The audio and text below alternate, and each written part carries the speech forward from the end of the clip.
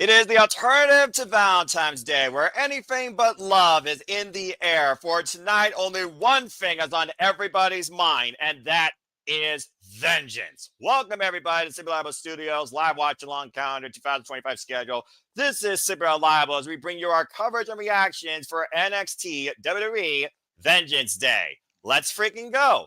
Hello, everybody, and welcome to our simple little pre-show. You know what this is. We are Simply Reliable here at the Simply Reliable Studios. I am, of course, Noah Foster. With me, as always, is Mr. Reliable. Subscribe today at Rage of Wrestling. Walter Cruz, and that is the new thing. Now that is his gimmick. Don't steal his shtick, but please support my friend. Hope one enjoys the conversation, the reactions, predictions, and coverage. Again, please like, subscribe, comment, tell a friend. And if you want to dictate the conversation, PayPal, my friend, support our passions, or super chat, as simple as that. Please show respect. And again, just enjoy life and enjoy wrestling. We hope you enjoy our coverage of Vengeance Day. And to those that celebrate it, I hope that you all had a lovely Valentine's Day. That being said, Walter, good to see you. Here we are once again, NXT. It's time to shine, and it's Vengeance Day, which has set up so much in the past since NXT has come to life underneath this forsaken name once by WWE. But now it's WWE Vengeance Day, even though it's still held by NXT. But this still should be fun nonetheless. How you feeling about tonight's show? Well, I'm feeling good. They say vengeance is a dish best served cold, and it is cold right now in Today. It's snowing everywhere. It's a big storm, so what better kind of temperature than to get some vengeance than in the cold? Because that's the cliche, dish best served cold. I'm looking forward to it, and I think it's not as predictable as everybody's making it seem. People are thinking it's just an easy ongoing. I think there's some swerves coming. Yeah, I think you're definitely onto something. Vengeance Day, of course, has led so much in its past. We've had debuts like L.A. Knight. Yeah.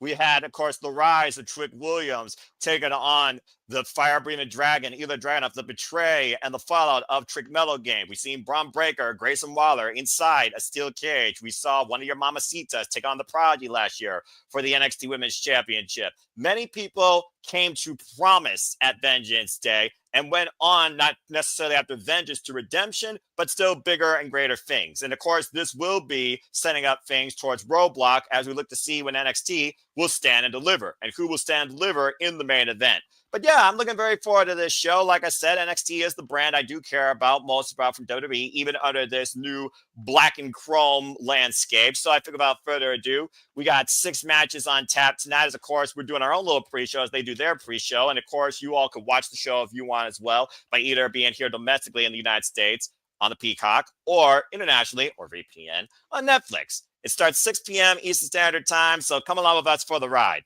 Let's go ahead and get right into it, Walter. We got 6 matches here. We know that we have 4 championships on the line and 2 very bitter grudge matches. So, Gabriel, good to see you as always. Appreciate you. Nestor, I need that shirt because honestly, I live tired, but still, I'm always freaking here raising my voice for some reason.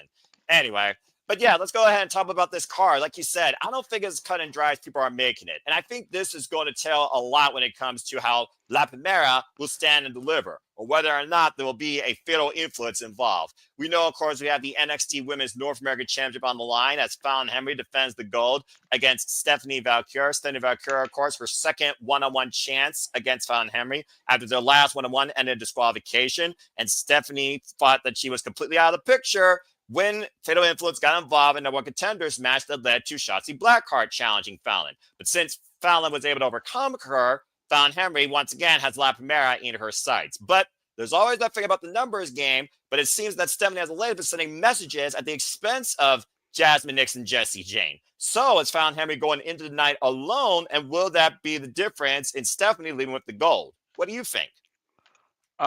I went back and forth with this match. Even on predictions, I went with Stephanie because I want to see Julia and her run NXT together. But JJ said something that made a lot of sense. So when I picked the picks, I went back on my gut feeling and went back to Fallon. And I just think the interference with the rest of Fatal Influence.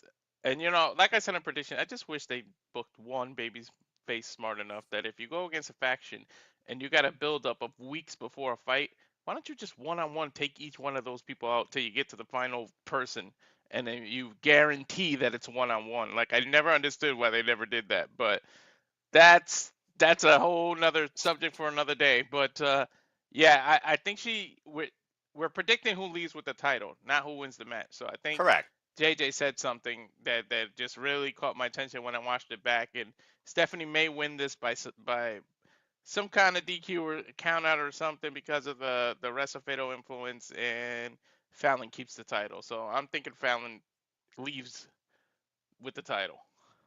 I want to give a shout out, by the way, to those that are not only you, but everyone part of the initial kickoff of the 2025 NXT League. There are 43 of you total, including me. So good luck to everybody. Shout out to Mark Atkinson, Dash Mars, DJW, Aaron Riff, No DQ, last year's NXT League winner, Gino, Arlene, for the team, by the way.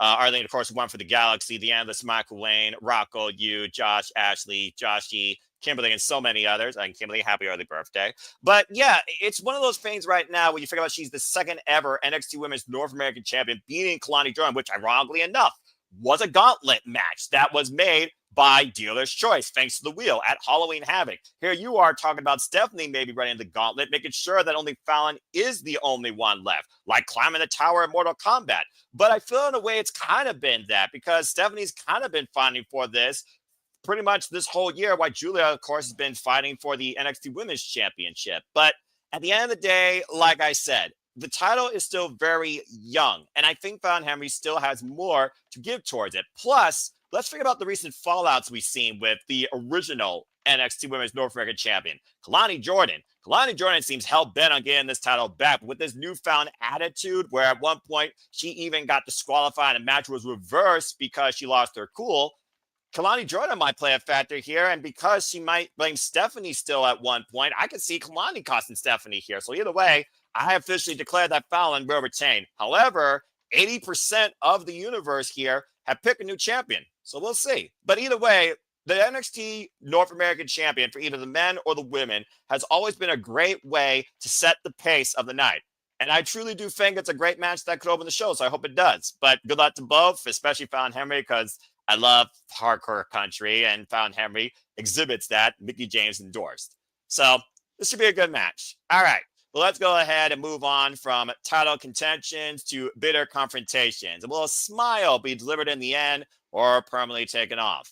Let's go ahead and talk about Javon Evans versus All Eagle Ethan Page. Ever since All Eagle Ethan Page was brought to basically bring out the real Eagle after his loss at Deadline, and Javon Evans was trying to raise his spirits, even Page kind of felt a little envious, undermined, especially when Javon Evans was, let's call it what it was last year, the talk of the town. Not only endorsed by Randy Orton, not only loved by the NXT universe, and of course, closest to Trick Williams, why he was NXT champion, let alone it was for Javon Evans, Ethan Page would have never been NXT champion. But basically, Ethan Page has exploded and took his anger out on him, saying that you will never smile again. So much so that Javon, he is technically medically cleared, but he has signed an agreement where no matter what happens tonight, WWE and NXT is not held responsible. Because if he's not careful, he might risk permanent injury to his jawline, where he may never be able to smile the same way again. What's your thoughts on this bitter grudge match, which really could take All Eagles' career in a different direction? But as the final boss said, as you said, payback is something. Something. Very funny. Yeah. So I went back and forth with this one. There's some rumors of some reports I read today about Josh Alexander, which kind of makes what I predicted null and void. I won't spoil it. We'll save it for shenanigans of what I was reading. But now I really don't know what they go, because if Javon wins and Ethan goes down the dark path and doesn't know where he's going, and the reunion that I want won't happen, what the hell do they do with him? I don't want to go against my gut twice, so I say Javon wins here. It's going to be a hard-fought battle between these two.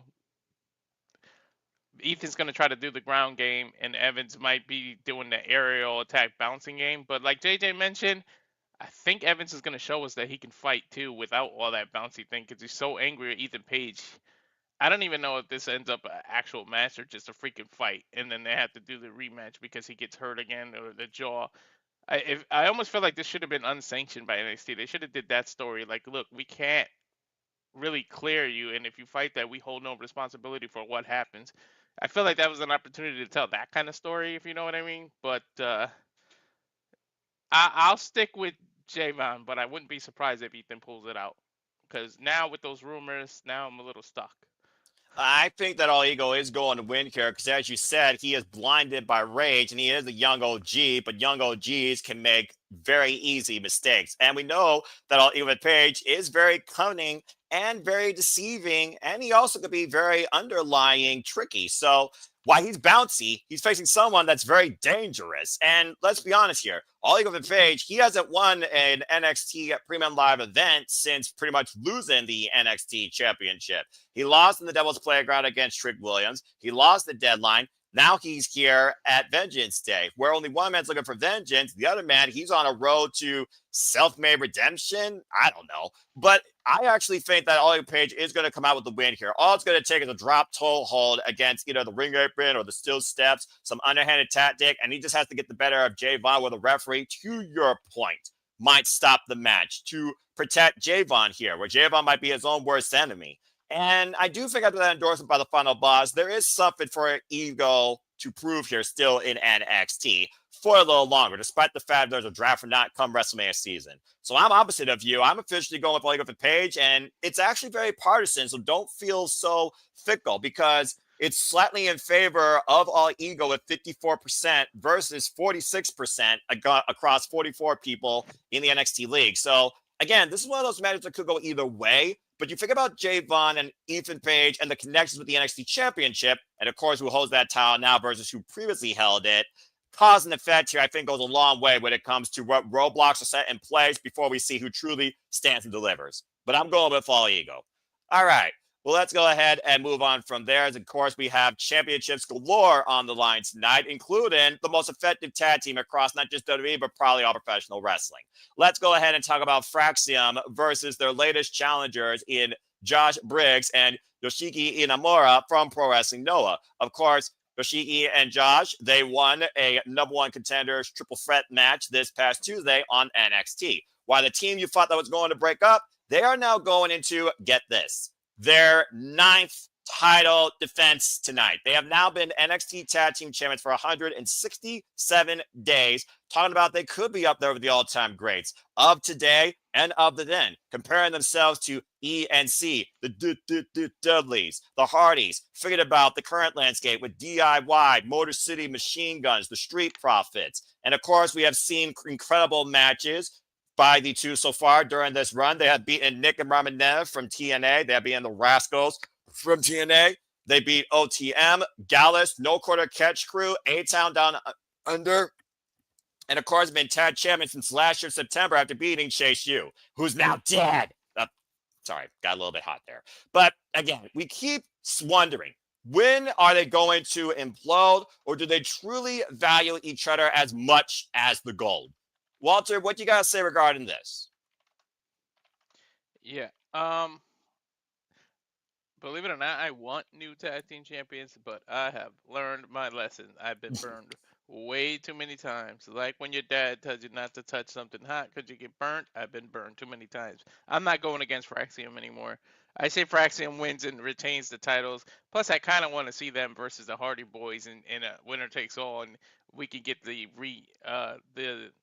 undisputed tag team champion. Maybe Hardy's unite the TNA tag titles and the NXT, and they do something historic like that, since they're known for doing stuff that, history making with the TLC matches, with this match and that match. So we'll see if that's what they're doing. You want that against an established team when you do something like that. For the Hardys to do it, for Fraxion, you don't want this random, like, kind of put together team. Even though Yoshiki, and Josh are working well, they're kind of just a random put together team. Let's face it. Like, Accurate.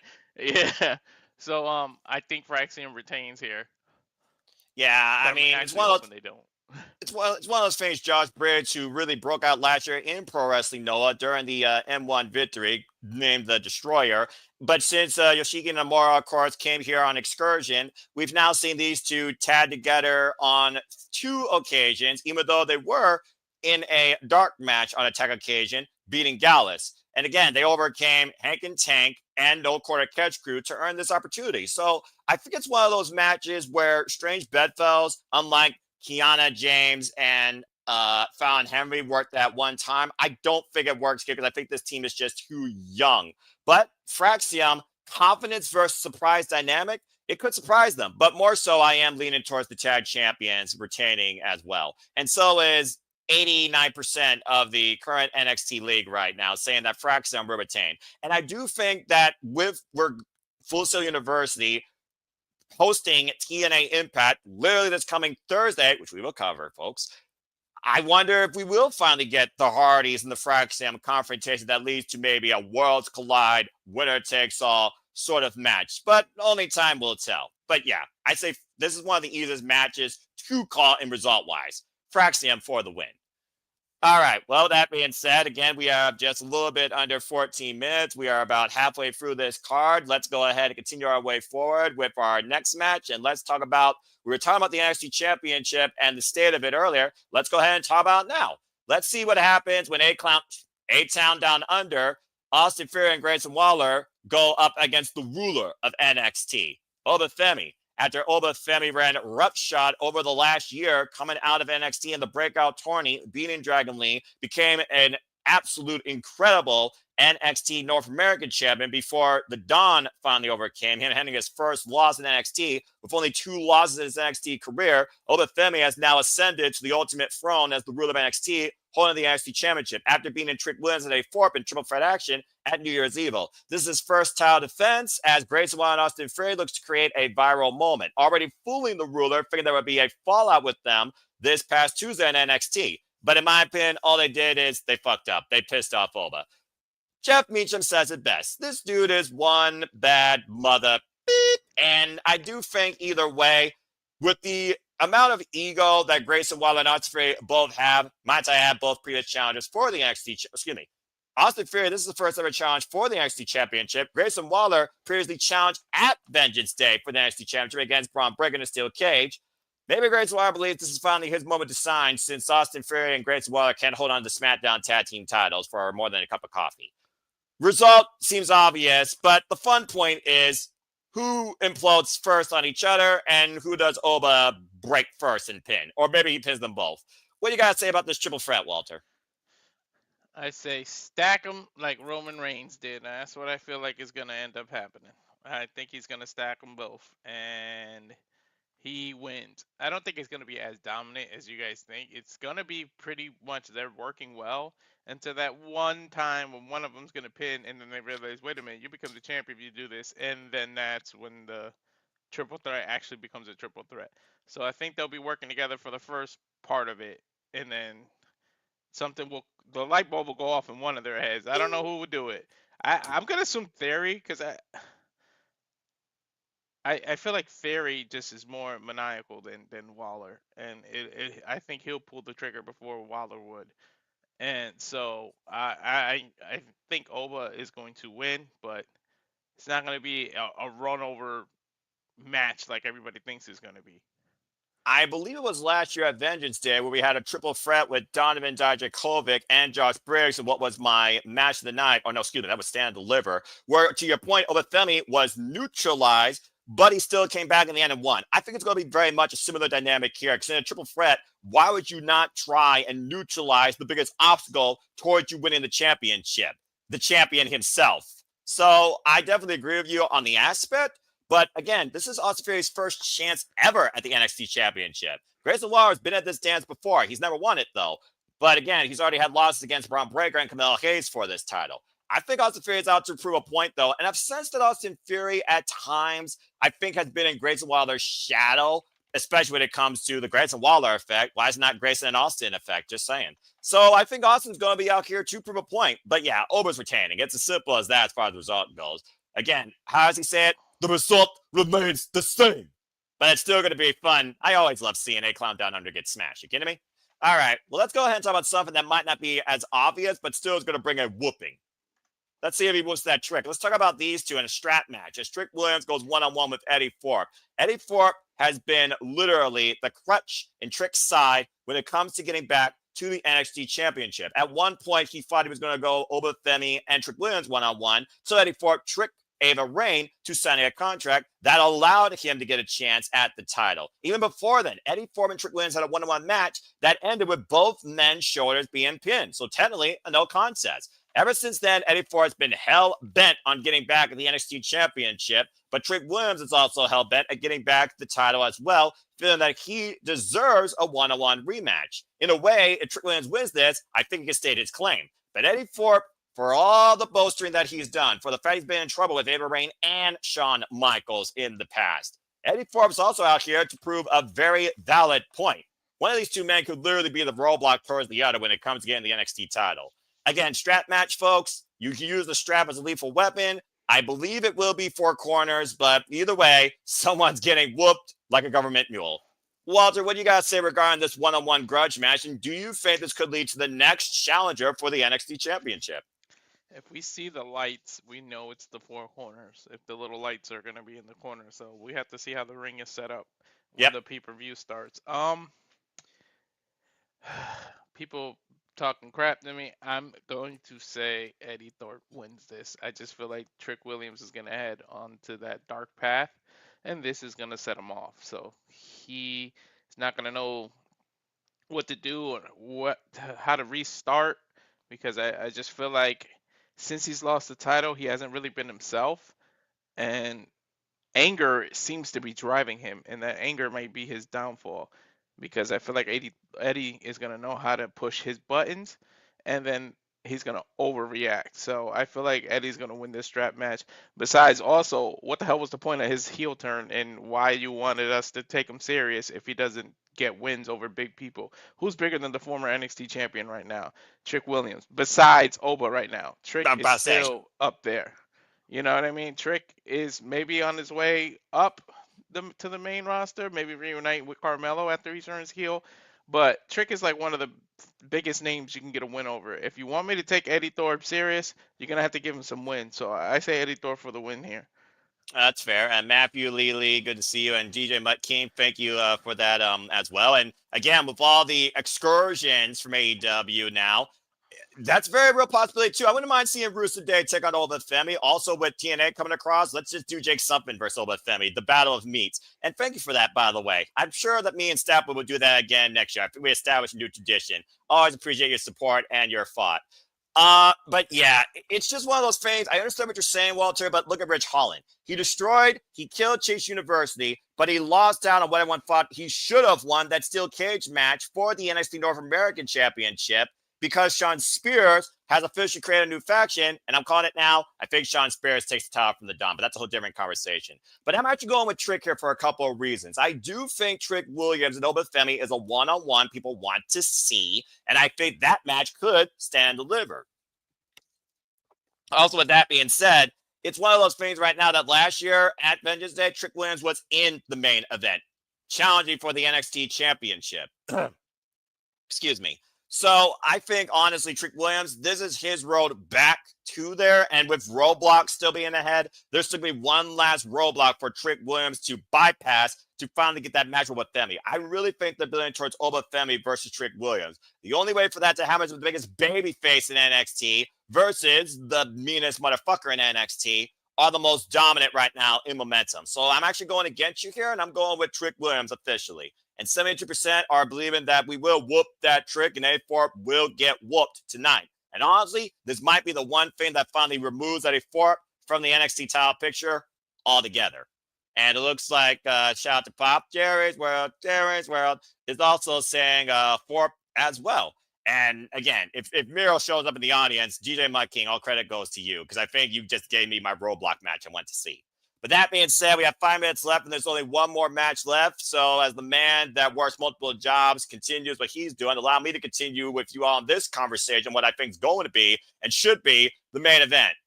Let's go ahead and talk about the NXT Women's Championship. As beautiful man as Giulia defends against the former champion Roxanne Perez, the Prodigy, who she beat at New Year's Evil, even with Cora Jade's help, unable to hold on to the title.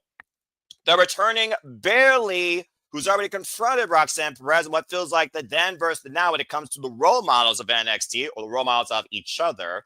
And of course, Cora Jade got added this past Tuesday after beating Bayley thanks to Roxanne Perez's help, which has now turned this to a fatal four-way. But also, Cora Jade has had her eyes as late on Masha Slamovich's TNA Knockouts World Championship. She also is coming off a win from TNA Impact against Xia Brookside this past Thursday. Bottom line, first pinfall or submission wins this match. It is not elimination.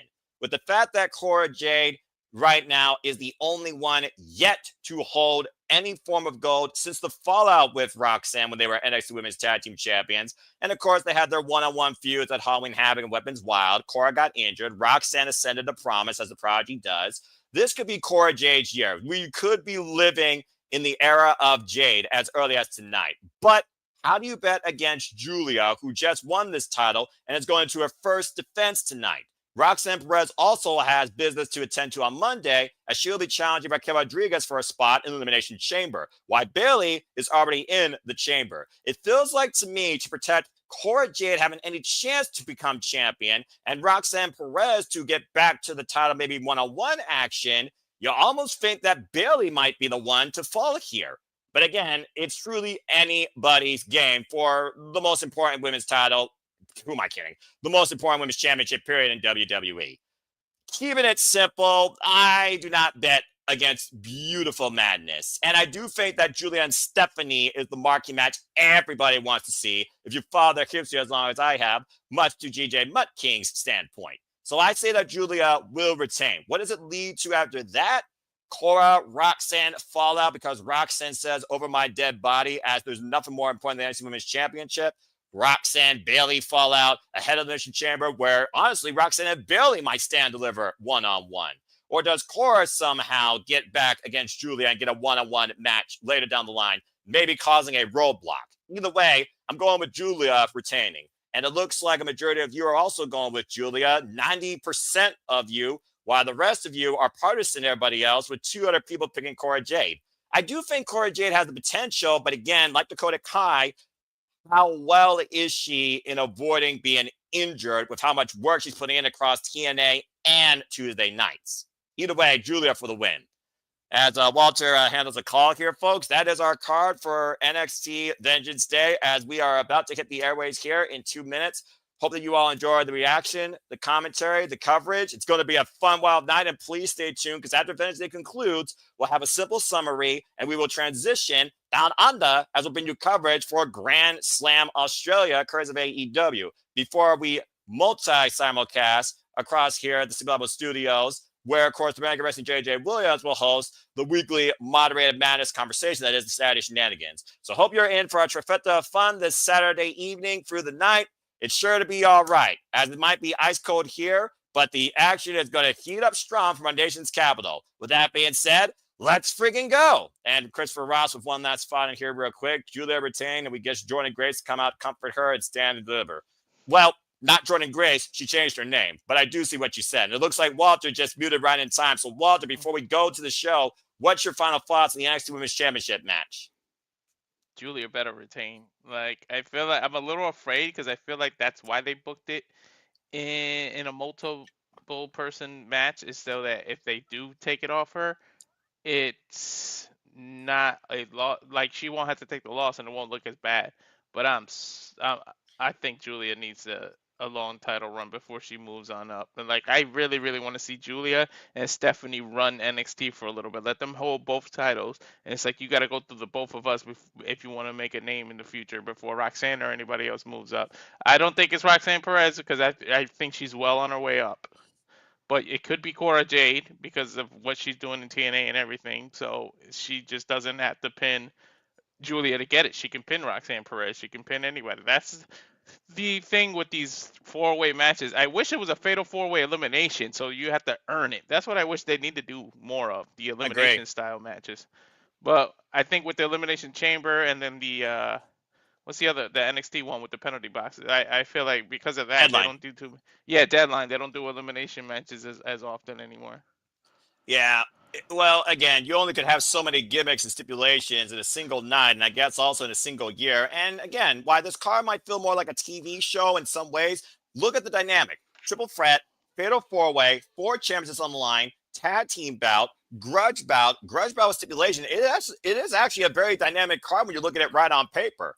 So again, I think this is going to be a very fun show, and I feel there's going to be at least one match to add to our next top 10 countdown at the end of the month. We already got matches from Stardom and New Japan Pro Wrestling on it once again. But that being said, we're inside the nation's capital, Washington, D.C., where it might have a corrupt office, but there should be no conspiracies tonight from NXT. And there's the Capitol building right there. As, of course, Vic Joseph, and I believe it'll be Corey Graves and Booker T. That'll be on commentary. And there you see the ruler, Femi, making his way into the building. Good job by Vic Joseph taking over for SmackDown. Yeah, I mean, it's been a long time since he's been on the main roster. I mean, not since I think like he used to do Raw, but still an interesting choice for Joe Tessitore versus Corey Graves, who used to be a little bit of a play-by-play person. And you want to talk about people that have been valuable players. How about the most valuable player on the women's rosters as of late when it comes to Bayley? Bayley looking for her second ever NXT Women's Championship. Representing WWE well. She was even in the basketball game yesterday for the Celebrity All-Star game. And of course, Cora Jade, the woman right now that literally might be WWE's MVP when it comes to what promises she's bring, has done absolutely everything and then some. As Beautiful Madness, born Italian, British, Japanese, now made in America, holds the NXT Women's Championship, looking to create her own monumental moment. Well, that being said, Walter, we're inside the building. You know what that means. It's officially time for NXT Vengeance Day. See, people like Valentine's Day. I like Vengeance Day for a number of reasons. I love professional wrestling, and I love violence. Now, let's go ahead and get our cold opener out of the way, as it should be another historic night, as we're on the road to WrestleMania, and we will see soon enough who will stand and deliver. Maybe even starting tonight. Yeah, I love this cold opener, by the way. Talking about the history of Vengeance Day, as I was talking about a little bit earlier. Of course, also led to finale of the Dusty Rhodes Dusty Cup Tag Team Classic. Easy for me to say. Braun Breaker and Grayson Waller, that steel cage. This is Grayson Waller's fourth chance, by the way, now at the NXT Championship. Just think about that. Exactly. Grayson Waller has lost against Carmelo Hayes, Tripp Williams, the contendership, Braun Breaker inside a steel cage, and previously at New Year's Eve of 2023. You know, we also assume Roxanne is on the way to the main roster. You know, she could be the first woman to become a 3-time champion in NXT history and just keep setting records. Like, I wouldn't put it past her winning that match. No, not at all. Again, I said it before. Roxanne Perez has done everything. I said the prodigy rises the promise for a reason. She has been the promise of this business before WWE, only elevated further since being part of leading NXT, finding this newfound attitude, overcoming herself after she literally fell to Michael Satomura in victory when the anxiety and the pressure got the better of her. Now she is literally the Royal Rumble Iron Woman. She is the prodigy, breakout tourney winner, WWE Women's NXT Tag Team Champion, and one of the most notorious NXT Women's Champions of the modern era. That being said, WWE Walter, presents Vengeance Day. Oh. Ooh. Why are the lights out? Well, is that Stephanie's entrance? I think the horns just told you exactly what I thought was going to kick things off tonight. Vengeance is in the air as the Dark Angel of NXT kick things off tonight. Welcome, everybody, to Vengeance Day, as our first contest will be for the NXT Women's North American Championship. Hello again, everybody. Welcome back to the Super Reliable Studios. Walter Cruz, Noah Foster. We are Super Reliable. Hope you enjoy our coverage, conversation, reactions, and takeaways. Please subscribe, comment, tell a friend, and subscribe. And again, if you want to take the conversation, PayPal, my friend. You will find the link in the description down below, or Super Chat, as simple as that. Hope everybody thoroughly enjoys what you get tonight from NXT and WWE, and what you get from us here. May it be entertaining and compelling. Walter, again, it's always fun covering stuff with you one-on-one, but I want to give a shout out to the man who this brand truly is, and that is the Renegade Wrestling, JJ Williams. Again, prayers with passions. Take care, brother. But it's good to be with you here tonight as your other mamacita, Jada Parker, is in the crowd, watching if La Primera can beat Fallon Henley for that NXT Women's North American Championship tonight. How you feeling, bro? I'm feeling great. This is my bad mamacita here with those horns. But Lee said it in the comments. There's just too many, and they're all young. So keep buckle in, because this is gonna be for a long time.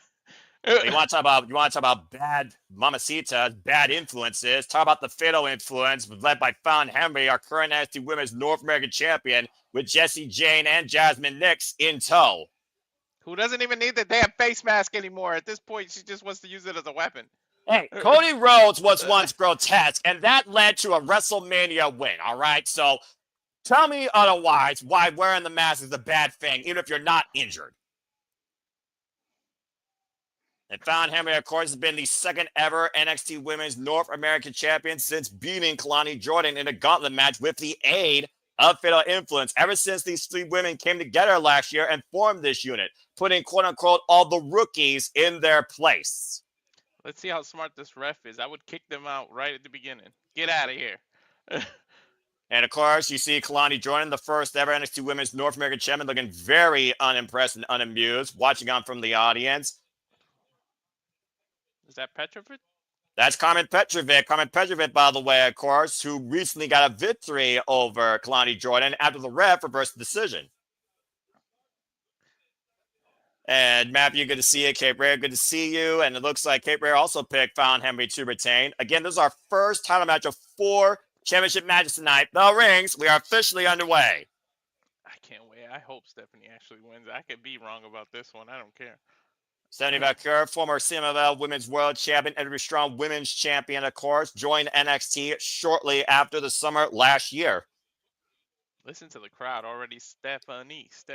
She is over like Rover right now. Well, yeah, La Primera has done nothing but impress everybody here in NXT, and she only has 1 loss so far in her NXT career, thanks to Fallon Henley and Fatal Influence. Remember, she literally had Shotzi Blackheart dead to rights, but it was Fatal Influence that prevented Stephanie from facing Fallon.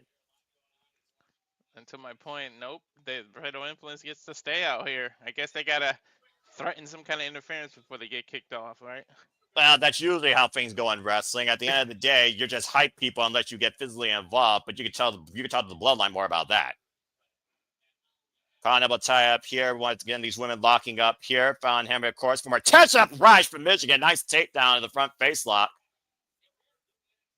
The passion of the NXT universe, even in the black and chrome, still is very strong, just echoing the black and gold. It's a beautiful thing to see, honestly. Now Stephanie with the black and red trying to represent. Nice takeover though by Fallon Henley into the side headlock. Cover! Get a 1 count. Power press. And a 1 count, of course, champion's advantage. Title in Jade's hands. We have pinfall submission inside the ring. I don't know how smart that was to push Stephanie in the face like that. Well, Fallon Henley's first championship in WWE. You can understand the confidence that she has, but also this is her first defense. Nice schoolgirl there. Gets a 2 count. That was near different. fall. That was like a leg scissor takeover. And it looks like Stephanie looking to go for the same thing, not trying to pick the ankle. Maybe a modified ankle lock heel hook. I don't know what she's going for. I think it might have been awkward. She's just trying to make the best of that situation. Almost like an STF. That's definitely a modified STS. Look at the way that her wrists are gripped underneath the face. Up on Henley. Fallon Henley can't see, but she can still breathe. But able to find a way to the ropes and force the break. Too close to the red. Hey, you got till 5, ma. You could have kept that going. The early moments of this match so far, pretty much a stalemate until Stephanie was able to lock that submission. Now working the chest and the core of Fallon Henley. Uh-oh. And oh boy. The disorientating Fallon finding her way to the ropes. She knew it was coming. Fallon Henley was about to get dribbled on that mat better than any All-Star did last night. Oh! Open face palm strike. Not very wise against the first Chile-born WWE superstar. They may have woken up Stephanie Vaquer, now looking for a straitjacket hold against Fallon Henley here.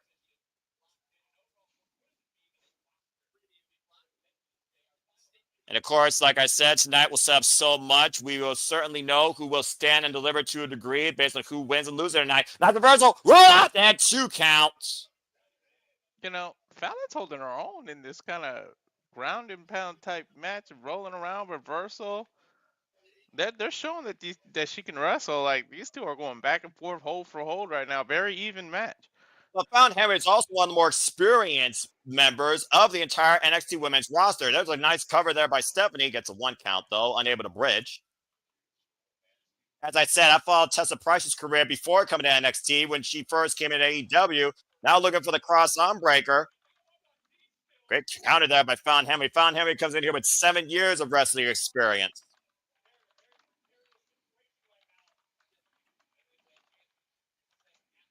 And remember, she literally won the NXT Women's Tag Team Championship here. So Fallon knows how to win. There's a cover reversal. Gets a 2 count with Kiana James. And Irish whip reversal. Irish whip. Fallon set in the corner, though. Stephanie falls in, though. Might be looking for a monkey flip. And Fallon changes position. Looking for another Nice reversal. Oh, wow. Look at that. Draping armbar with a triangle. Using the full 5 count. There you go, Walter. Yeah, that's what you got to do. Oh! Good counter move by Fallon, though, taking Stephanie's footing out from underneath her, looking to springboard. Oh, man! And Jessie J with a big boot. Facing that distraction by Jasmine and Nix. Here we go. I told ya. But again, we knew it was going to be a numbers game. You and I talked about that. Mm-hmm. Now Fallon taking advantage, just driving Stephanie's head in between the ring post and her boot. Stephanie's got friends, too. Yeah, but one of her best friends has to worry about defending the NXT Women's Championship. That's true. And I imagine it will be the main event. I hope it is. It better be. It's my main event, damn it. Yeah, my main event too, damn it. Again, you can't call what you can't see, though, as much as we see it all the time. The referees, there's no VAR here for the referee to know what happened. But take a look at this boot by Jessie Jane. Boom! Well, if he turned his head and look at a replay that's on the damn screen, he may see it. But that would mean that the WWE would have to have a sense, Walter. You realize what you're asking for, right? Right. Cover 2. No. Only in the first match and already getting a little bit hot here. Nonchalant yet unique cover. What the hell was that? Just literally keeping the shoulders down, trying to just add enough pressure. Again, goes back to the confidence. Almost like a Luthez press, but without the punches. Like, it was just like a weird... Well, I mean, to be fair, she did follow with the forearms previously, and again... And look at this. Fallon Henry riding Stephanie Vaquer.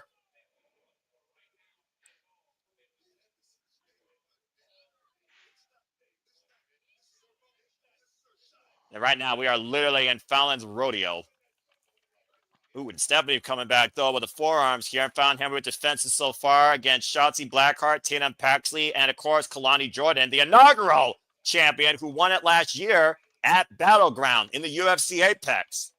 Mm-hmm. Oh, man. Again, open palm stride. Now Stephanie taken down and Fallon again. Sliding forearm. Cover with the far leg. Gets a 2 count. And you see the scorned look of Fallon Henley there. But so far, champion doesn't seem rattled. Look. Look at the look, man. If looks could kill, that referee would be dead right now. That look Fallon gave him. Again, I mean, when you literally, you know, embrace hardcore country, you got to look for this business, to say the least. Mm-hmm. Mickie James endorsed, and you can follow Mickie James, of course, on LFG with future Legends and Greats, of course, on A&E on Sunday nights. Oh, wow, what a blockbuster out of the corner. Cover 2. No. And Stephanie able to kick out yet again, showing that resilience that brought her to NXT in the first place. Take a look at the replay here, Walter. Oh. Sorry, she was kissing me on the forehead and giving me a romantic moment on camera. That's why I didn't talk. Oh, well, that's nice. I mean, who said that Valentine's Day is only on the 14th? But again, this is about WWE Vengeance Day. I can pass the crowd on hand from our nation's capital, Washington, D.C. When you've been together forever, Valentine's Day ain't as big as it. Yeah, you but think as it far is. as I'm concerned, Valentine's Day is just an excuse to buy something that says "I love you" and that's red and pink and shaped like a heart. But you can do that any Not day of the even. year. She literally bought me a tactical vest where I can fit all my weapons, and she got a seafood platter. That's all she wanted. They see we're simple. And this is why we are super reliable. And found Henry right now taking Stephanie down simply by her hair.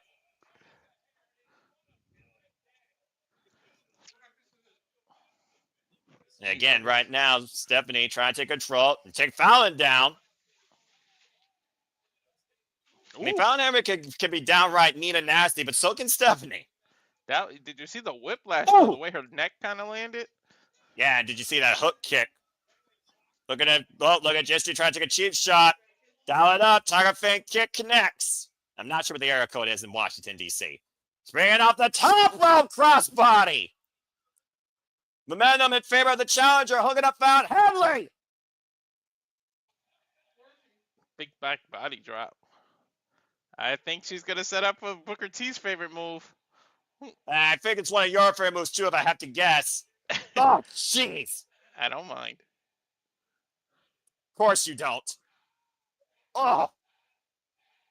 Ooh, she usually just does like 10. She went for like 15 right Cover. there. 2. No. Got a 2 count.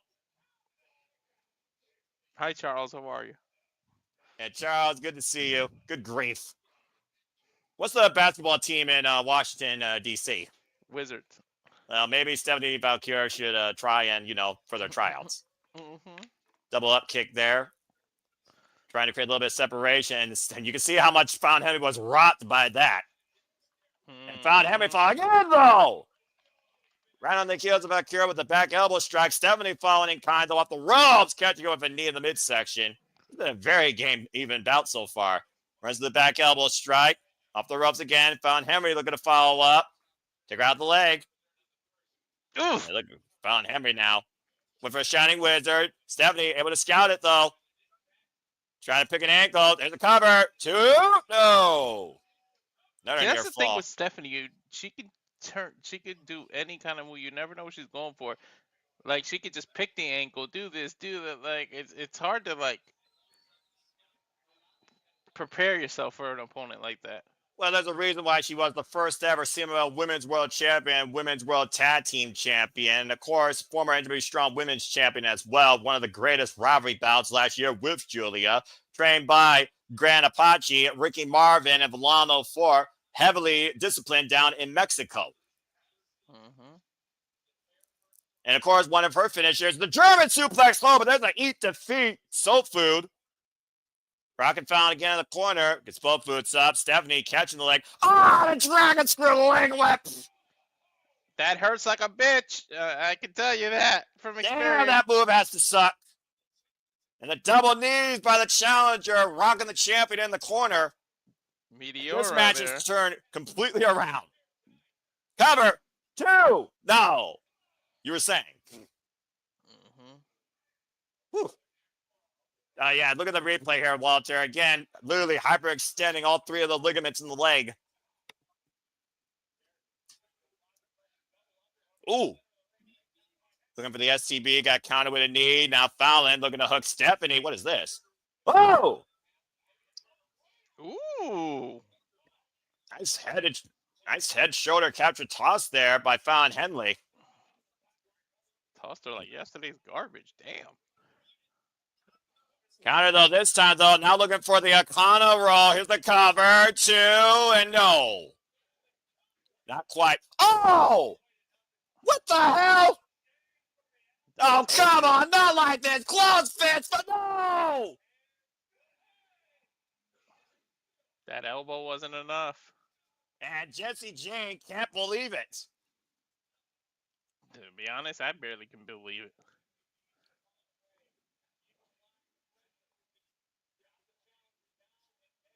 Well, again, all that matters is getting that 3 count. Oh, big headbutt.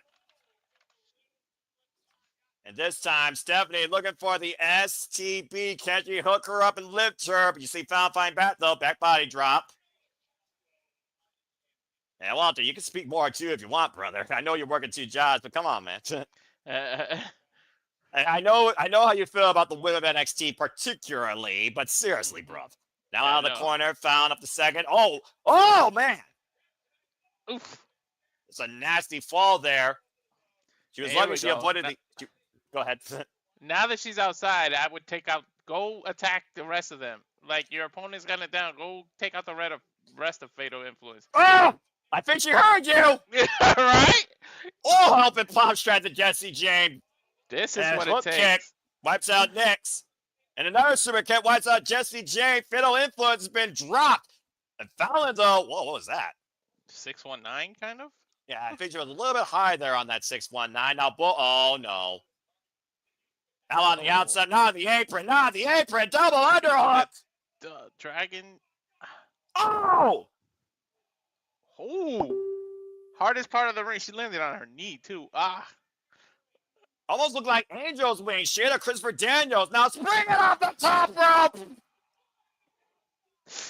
Woo! Her head was dangerously close to the concrete. You saw that? Yes, I did. But thankfully, it looks like she avoided certain disaster as she wiped out Fatal Influence with that triple cross body. And we might be mere moments away from a new NXT Women's North American Champion. Looking to finish. Fallon Henry got her hook. Double underhook. Oh, we might have a new champ. Come on, please. Why don't you not go for the cover? She wants to punish her ass. Oh, this is what I was afraid of. This might be her mistake, her downfall right here. Stephanie up to the high-risk district, looking to fly, corkscrew moonsault! It's over. 2, Stephanie is the new NXT Women's North American Champion! Damn you, JJ! I should have went with my gut. See, I called it on the predictions and I changed it. La Primera is the new and the third ever NXT Women's North American Champion. Vengeance has been served. When you're fat and your gut tells you something, listen, goddammit, I had it. Did you tell yourself that the last show? Yes. And it might be a sign of things to come tonight. We already have one new champion crowned. Congratulations, Stephanie Vaquer. Again, that right fist to the face. We thought Fallon Henry was going to win it right there. But somehow Fallon Henry couldn't get the job done, even with her friends on the outside. And Stephanie freaking flyer miles with that springboard cross body. Damn it, I had the feeling that you was Survival Instinct's kicking in. There's the STB package power driver over the knee. But like you said, Walter, she wanted a finale of sorts. Beautiful corkscrew moonsault, both blades hooked. And we have a new NXT Women's North American Champion. Congratulations to the Dark Angel of NXT.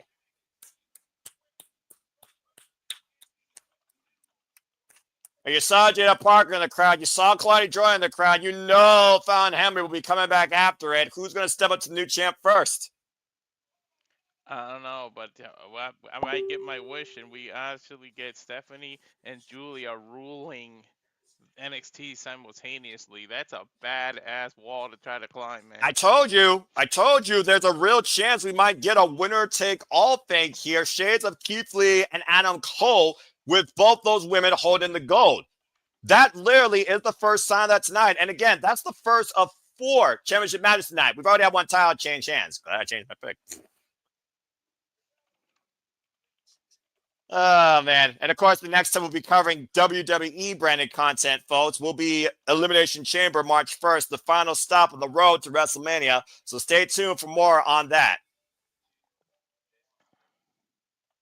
Well, that was an awesome match. And again, kudos to Stephanie Vaquer. She was able to overcome the odds. I want to throw something. I told myself that Stephanie was going to win. Well, sorry, dude. Your prediction was final at 5:30 p.m. It happens, man. Look, if you're going to screw up, you might as well screw up in the kickoff, all right? Last year, NXT gave us 6 shows. This is the first show of 2025, all right? Relax. I can screw it. I'm happy with the result, though. I freaking knew it, though. I knew it. Well, that's one match down. And again, fuck streaming services. We need to get a different type of icon for that here because, of course, Peacokc loves to do advertising, branding, commercials. But in a world where wrestling level pay-per-view should just go right into the action with either a short interview or a video package. Nope, not WWE. But I'm not going to rant tonight, not for free. Pull a TNA or a New Japan and have the pace of their TNA is the best flow with their shows, period. And New Japan did really well though too, and Noah and stuff with their pay-per-views. Oh, I mean, well, again, Japanese wrestling is legitimately about strong spirit, okay? You look at the New Beginning, you look at Stardom, Corrigan Hall, you look at Pro Wrestling Noah that are doing their tag league right now, you look at Sendai Girls, you look at Marigold, they all are about fundamental foundation, Tolkan, fighting spirit. And the highest degree of professional wrestling, damn it.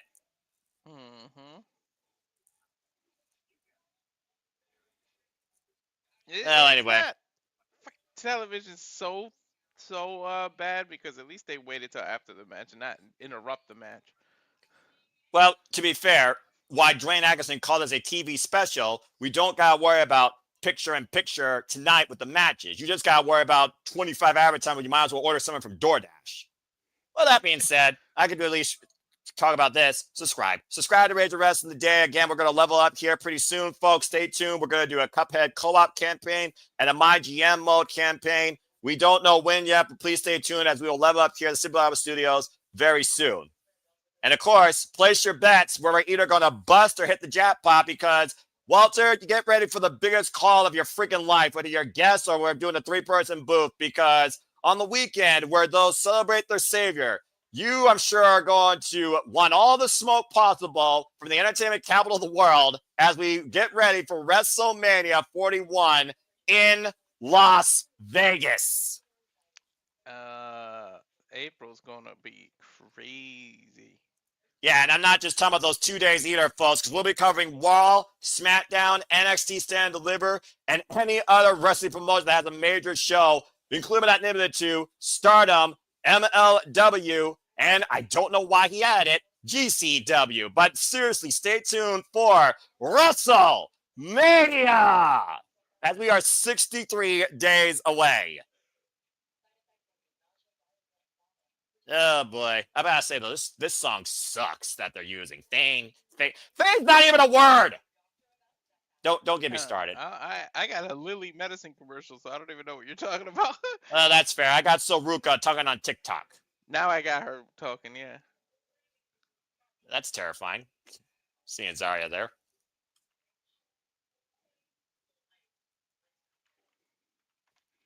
You're late. Let's go. What is this about? Beach volleyball. Oh!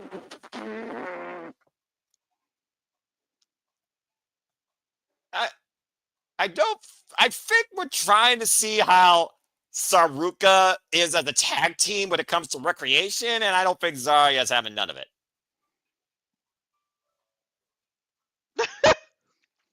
To be fair, I can't skateboard either.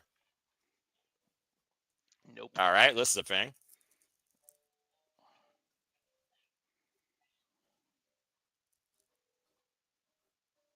Just too muscular. Knocked the whole ice cream cone off. Aw, but look at that. Nice and sharing. I mean, again, the greatest strength of a duo is how well you not only work together, but know each other. Well, here's Timu's version of Tatanka. Bro, that's harsh. But to your point, he's probably going to get whooped tonight as we see Trick Williams getting ready for his first ever strap match. Is that next?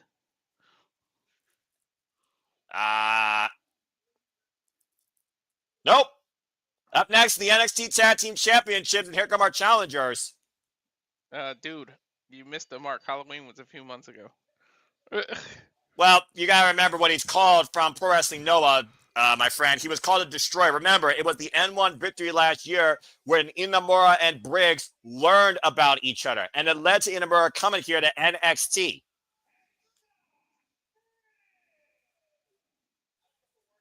It's been a very unique tag team here. Of course, Josh Briggs, former NXT Tag Team Champion, NXT UK Tag Team Champion in his own right, lest we forget.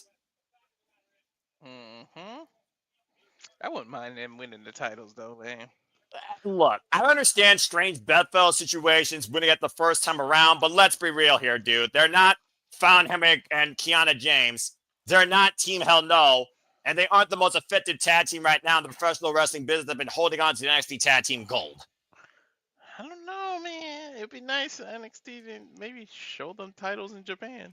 Just saying. Well, weirder things have happened. Meanwhile, here comes Axiom and David Frazier, Fraxion, the NXT Tag Team Champions. Did Frazier refracture his nose? I don't know. Didn't he wrestle a couple matches without it? Now he's back with it? He must have re-aggravated when you face the pair of Superkick brothers and Nick and Ryan Nemeth, I mean, that's a pretty easy way to break your nose. I mean, Santino Morella's jaw almost got rearranged to the point Nick Nemeth got suspended. Yeah.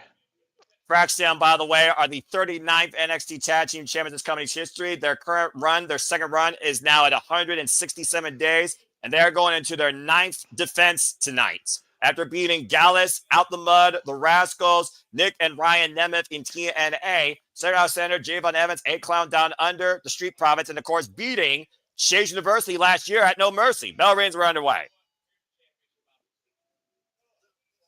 And you've seen a little bit of Inamura. Now, I know I've baptized you in the fields of Japanese pro wrestling, Walter, but what do you think of Inamura so far based on what you've seen? Even if it was just this Tuesday. He's hard hitting, and he definitely has that strong style from Japan. He really fits this team because they're both like that style. He impressed me. And Fraxion right now, again, starting off the only way they know how, fast and furious.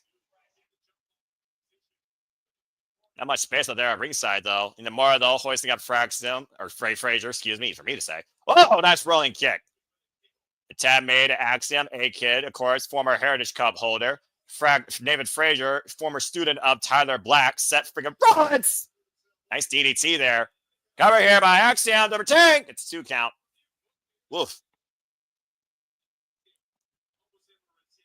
Of course, Fraxion called out a lot of tag teams, both current and old, thinking about comparing their legacy to the Hardys, the Usos, DIY, Motor City Machine Guns, looking to ride this momentum as long as they can toward becoming the greatest tag team going today. And look at the size of between Josh Briggs and Axiom here. Look at the lace lock, and Josh Briggs able to hold on. Oh, God, just kicked almost the mask off of Axiom. Briggs has come in like a freaking just wrecking shop. Now hoisting up Axiom. Oh, nice escape by Axiom, though. Takes the more out down the knee. And Josh Briggs once again hooks up Axiom. Oh! Powerbomb backbreaker tag team continuity for a 2 count. Inamura, by the way, folks, comes to us from Pro Wrestling Noah. He has 6 years of experience. He's known as the Great Rush. Bit of a technician as well as a powerhouse. Knife edge chop there. And shout out to Pro Wrestling Noah, by the way, with the fact that Kenta has now left New Japan Pro Wrestling and returned home to Noah. And Josh Briggs clubbing crossface. Safet, good to see you. Yeah, Kit Rare, you're not wrong when it comes to Josh Briggs. This guy really has become one of his own cover. No, ever since the fallout with his former tag partner, Brooks Jensen. And take a look at this clubbing crossface, Walter. Jesus. Ow. That was kind of like the center of his elbow. Whatever the opposite of your elbow would be called. I guess that's the forearm. I'm not a doctor, okay? But I'm sure there's a name for it. We can look it up later or ask Google. Tag. And clearly you can see Josh Briggs is definitely the one leading this team. There's always that dynamic of a team when it comes to the bright prospect and the mentor, the leader, the one that holds it all together.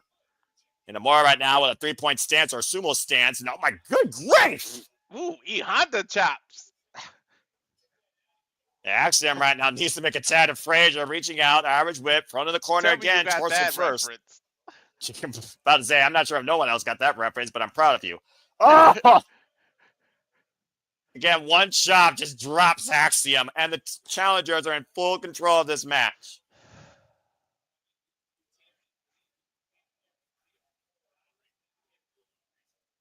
There, knife edge chop there, and Axiom isolate. Again, Tag Team Wrestling 101. Isolate and dominate. Neutralize one of your oppositions here.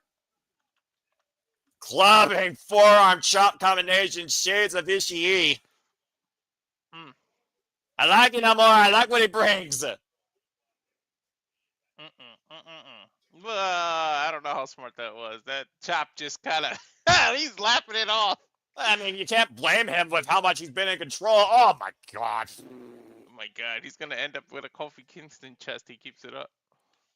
And Yoshiki Inamura, by the way, ended the N1 victory last year with 6 points. Josh Briggs beat Inamura in a one-on-one match in September that led to Inamura coming to NXT and forming this tag team. Whoa, God! Vicious knife edge chop. And Axiom, Inamura wants you to test your fighting spirit. Oh! Golden ratio hits the mark. What a super kick. Take a look, Walter. Brilliant move here. Ah. Bam. Ouch. And finally, Axiom makes the tag to Frazier. Frazier and Briggs now in. Axe handled by Frazier, and Frazier's got to start off fast and furious here, fast and heavy. Up and around, tilt the world counter. Slips out of it, though. Oof. And Frazier up and over, trying to take down down at DDT. And Super King Inamura here. Hot tag working so far in favor of the champions. Running shooting star cover. No. Woof. And this is why Fraxion have been so damn effective as a tag team when it comes to the gold. Split leg frog splash by Axiom. Now Frazier follows up here. Oh, wow. That was not even a 450. Cover. 2. No, that was a Revolution leg drop. Double leg drop. Nice. Innovation there by Fraxion here tonight. Another tag team move coming out of the box here, but whoa, Frazier able to stop himself and climb to Axiom, and Axiom, uh-oh. Ah, what a backbreaker. Oh, no. Oh! What a power bomb. Briggs is pretty angry right now, Walter, I think it's safe to say. Oh. Yeah. Pissed off. Hoisted up, and oh! That could do it right there. You have new tag champions. No! Almost. You muted yourself. What were you going to say? He's probably taking a call. Again, folks, it's a man that works 2 jobs. So, again, please support my friend. Subscribe and PayPal him. Ridiculous pop-up, sit-out, powerbomb combination nearly led to new tag team champions here. Briggs and Inamura coming out and showing out for their first ever chance for the NXT Tag Team Championships. Inamura to the top rope, looking to fly. Frazier takes Josh Briggs up and over, though, and Axiom running as a Guri. Again, we've seen the tag champions overcome so much adversity, not just within each other, but every time against their opponent. What the hell is this? Fly! Connected out of the corner. And we've seen David Frazier do this before, sending to the top rope. The Phoenix maybe. Uh-oh. Briggs rising from the depths. What the fuck? Oh my God! 2-for-1 special. Atomic bomb choke slam from the corner. Frazier crashing down on his partner. Look at this. Good God. Is it me or do the partners hit each other every match and still somehow win? I mean, I always say the most effective tag teams are those that use their partners as weapons. I mean, hey, if it works in favor of the challengers, why not? Oh, God, hilarious! Fraxion always finds a way to end up connected with each other. Inamura catching Frazier, though, with a faraway throw after Axiom got turned inside with a lariat. Points around on Briggs! Inamura, though, with the bounce, throws Axiom into the corner. Inamura, I believe, is still legal. Oh, wait a minute. Frazier now trying to save Axiom. Inamura now with Frazier and Axiom on his body, carrying both men's weight at once. Looks like Frazier has a rear naked choke or a sleeper hold. But look at the determination. Look at the fighting spirit in Inamura. Inamura is strong, man. That's a beast. You wouldn't think it either. He dropped Briggs. He dropped Axiom, though, but Frazier now for the fireman's carry. Inamura, though. Oh, divine driver. There might be more than one match in this event to be added. And it might be new chance for a second. Oh! To the top 10 list. Yeah, right? Freaking sleeper clinic being brought here by Briggs and Inamura. Talk about the pressure on the challengers. Pressure on the champions continues to escalate here still. Now Inamura, what the hell is he looking for here? Stacking the bodies up. Inamura, though, making a fan out of the NXT universe here tonight. And now Inamura, once again, bouncing off the top turnbuckle. What the world is this? Bring it on the frog splash. No water in the pool. Frazier right now flying through in the Josh Briggs grip once again. Axiom, though, off the top rope with the moonsault. Bodies flying everywhere. Plan of coordination. Tammy to Axiom. Axiom to the top rope. Frazier holding him up. Whoa! High, low, cover. 2 to attack. Fraxion with the win. 9 defenses. They did it again. Woof.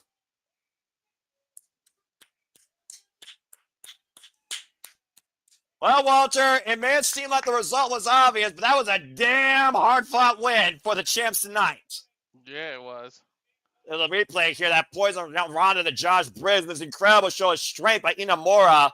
Death-Eye driver, of course, with Frazier on top of Axiom. Inamura, I thought he almost won it here. But Frazier was able to get the right shoulder before the 3 count. Josh Briggs taken out with a moonsault off the top rope by Axiom in the entranceway.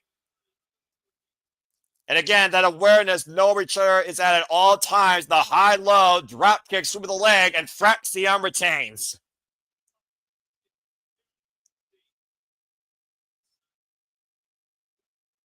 And mutual show of respect there, but very worthy challengers and great hard-fighting champions. Wait, what the hell? What the?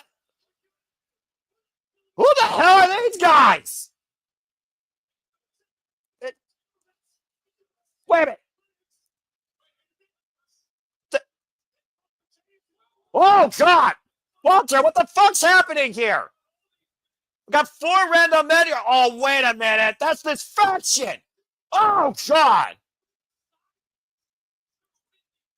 Who the hell are these guys?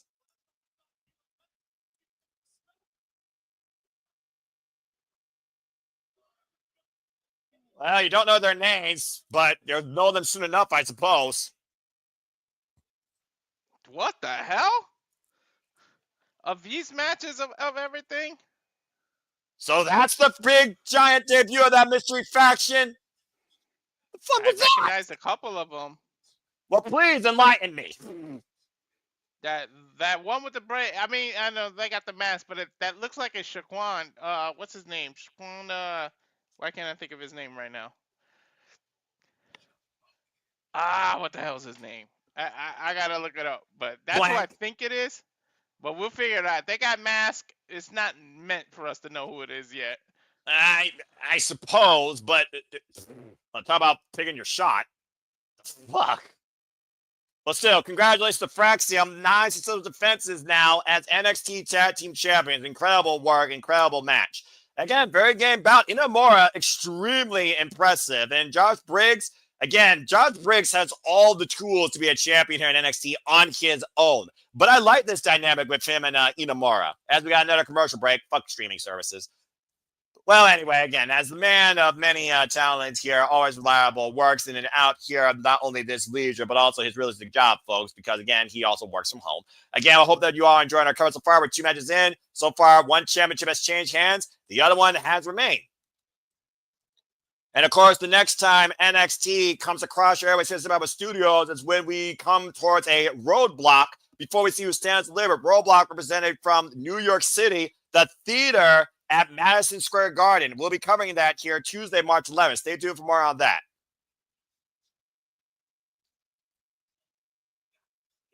As we look at the family, and the Don retained the title, but the Don, he got fucked over by a dame. Sean Spears, that ridiculous Death Rider out of the corner on the chair. Dude, I knew they were gonna come out because there's rumors, but during that tag match, that's just a. Well, I mean, let's be honest here. What was more realistic to happen was Izzy Dame turning on the Dawn inside that steel cage, aligning herself with Sean Spears, then those four jabronis showing up tonight at Vengeance Day. Yeah. And why not go after the champs? Why go after the people who lost? Well, it does make me wonder. It looked like they did go after everybody, I think. Well, yeah, they did attack all four, but I would have kept going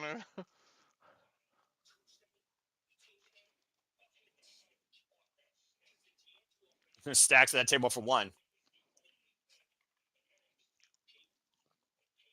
I guess the underboss is challenging Sean Spears. That should go well. Tuesday's not going to be pretty for Stacks, considering he's without a family. I hope he realizes Sean Spears is not alone. He has a family of his own, if you think about it. Yeah, well, we know who is alone, and he doesn't care. He's all ego. That's all good for Page, looking to take away Jeff Evans' smile once and for all. But also, still the kind of night, Trick Williams looks to whoop that trick and the ultimate obstacle towards him getting back in the NXT Championship. We saw Trick Williams with Eddie Thorpe to come in a strap match. You might say FTV a little longer. I think they're going to procrastinate to add the lights to the ring. Yeah, well, again, WWE does not know how to organize themselves enough as quick as TNA and AEW does. AEW can have a damn bloodbath, but freaking WWE doesn't know how to attach damn lights within the span of 5 minutes. Why not have the lights attached the entire time and just don't have them active when people touch the corners until this match? Point? What's the freaking point? Exactly. And Matthew 1-1. I think Walter has the same score as you. As I look at the comments here real quick, Kate Ray also 1-1. Again, guys, the kickoff.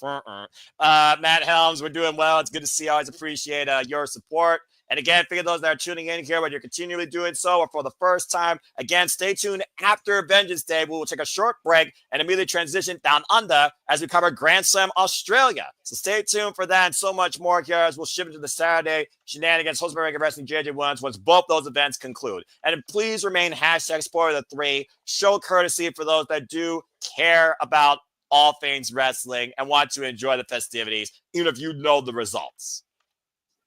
I mean, again, I'm not down under Australia. I know my friend Alicia is, and I'm sure she had a great time watching that show. I'll tell you who didn't have a great time, though. It was Trick Williams, who got pinned by the ruler of Femi in that triple threat match, much set up by Eddie Thorpe. That cost Trick Williams his NXT championship. Yeah. And of course, Eddie Thorpe's been nothing but a crybaby. I purposely stayed off social media, so I don't know any new results. Yeah, you're a wise man. I'm proud of you. You have learned the ways of the simple man. I don't want to be spoiled. No offense, boss man, but I stayed off NoDQ.com too. Like I said, you have learned the ways of the simple man. Good man. Why NoDQ's not a dirt sheet. They love to report stuff, and again, reading sometimes is a headache.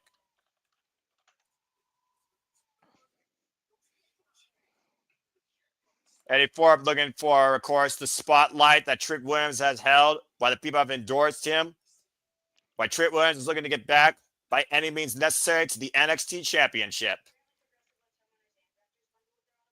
I did not expect Eddie Thorpe to show up, by the way, and whoop Trick with a strap.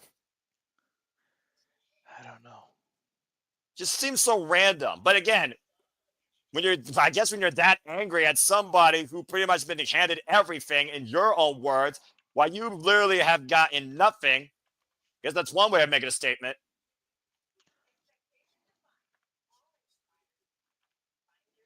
We've seen how well strap matches have worked for baby faces and heels in the past.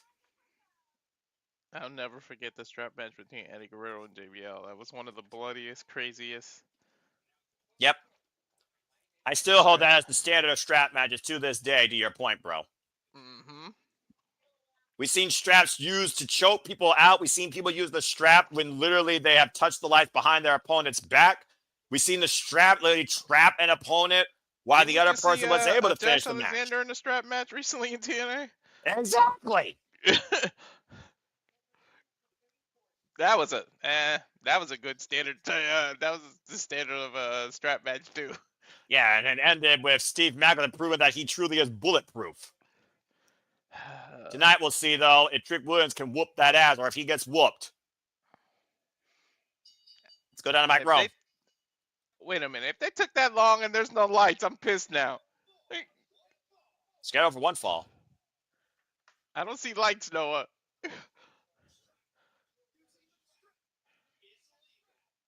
Well, there you go, Walter. It's not about touching the corners. It is one fall to a finish. So what the hell was the procrastination for?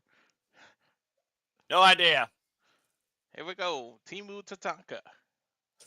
You really have owned that, haven't you? You call him what you will. I call him an opportunist. You can't argue what Eddie Thorpe's done, taking advantage of management when it comes to Ava Raine and Shawn Michaels, inserting himself in an NXT Championship match twice. Now he finds himself in a marquee match tonight at Vengeance Day against literally the face of NXT. Sometimes you gotta create your own opportunities, Walter. I'm gonna get that over. Hashtag Timu Tatanka.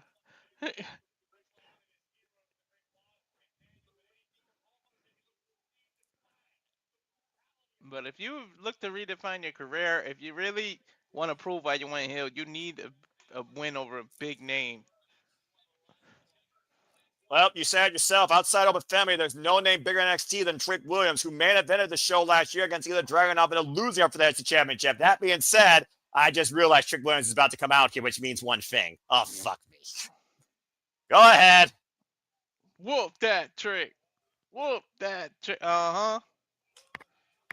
Oh, yeah, man. Uh-huh. I like it. Oh, yeah, man. I will never do this as long as I live and breathe. Oh, man. You know, it's a shame. If he goes heel like that whole thing dies, right? I would say so, because that's a way to be a ringing endorsement amongst the NXT universe when they literally chant your phrase, which is why I don't think Trick Williams is going to turn heel tonight, but he might go savage against Eddie Thorpe with that strap, which is perfectly legal. Again, folks, this strap match is not four corners. It is first pinfall or submission wins, but the strap can be used as a legal weapon. And I think it'll be used within the first 20 seconds of this match as a weapon. And, of course, the strap match does not begin until both men are literally tethered to that strap. Oh, we've seen people take advantage of that. One person gets strapped in, they beat the hell out of the other person. Yeah, to my point. Hey, you were saying? But just call the kettle black, why don't you? Big right hand by Trick Williams, though. And again, this match has not officially begun, to Walter's point. Whoa, it ain't Thorpe set up and over. Good luck, referee. Again, you can't blame Trick Williams. Eddie Thorpe has been a thorn in Trick Williams' side since literally the beginning of this year. Thorpe has started this, though. He attacked him first, so. Well, again, can you start a fight and finish it? Keep in mind, there's a big old target on Thorpe's knee, recovering from knee surgery. You see the big brace there. And look at the NXT Universe, though, coming alive here. Whoa, man! Big back body drop. Did you see the height on that? Now Trick got a little bit of flesh. Now he's looking to get an extra pound of it now as he finally puts the strap on his hand. Put the strap on, bitch! Eddie Thorpe just realized now that Trick Williams has the strap in hand. I just realized how bad that actually sounded out of context. And Trick Williams trying to get the strap in Eddie Thorpe's hand now. By force. And this match is now officially underway. Oh! Wow, that's one way to pull someone in for a clothesline. Samoa Joe said best, a clothesline You literally come into it. A lariat comes into you. Yeah. Here's a cover. Go As a ahead. kid who ran into a literal clothesline in the backyard, I know. You ran into a clothesline? Mm-hmm. What were you thinking? Playing football. Oh, well, that's fair. Oh! Eddie Thorpe, of course, who's been involved in NXT for nearly 3 years, and this is his first match on a premium live event. And Irish Whip and Eddie Thorpe hoisting up. Oh, man! Dude, the height that Trick gets people up to. Being 6'4", 6'5" himself, then by the time he tosses you in the air, you're at least 10 feet in the air. And you talked about all-star basketball yesterday. I mean, Trick Williams has been an all-star for NXT for the last year. Mm-hmm. And again, using the strap to his advantage, Trick Williams has been in firm control of this strap match. Almost maybe too well in control. Whoa! Thorpe pulled Trick off! And that's the issue with the length of the strap. You could just knock people off the top rope, knock your opponent, pull your opponent towards you. Not to mention the whipping you could literally give him. Whoop!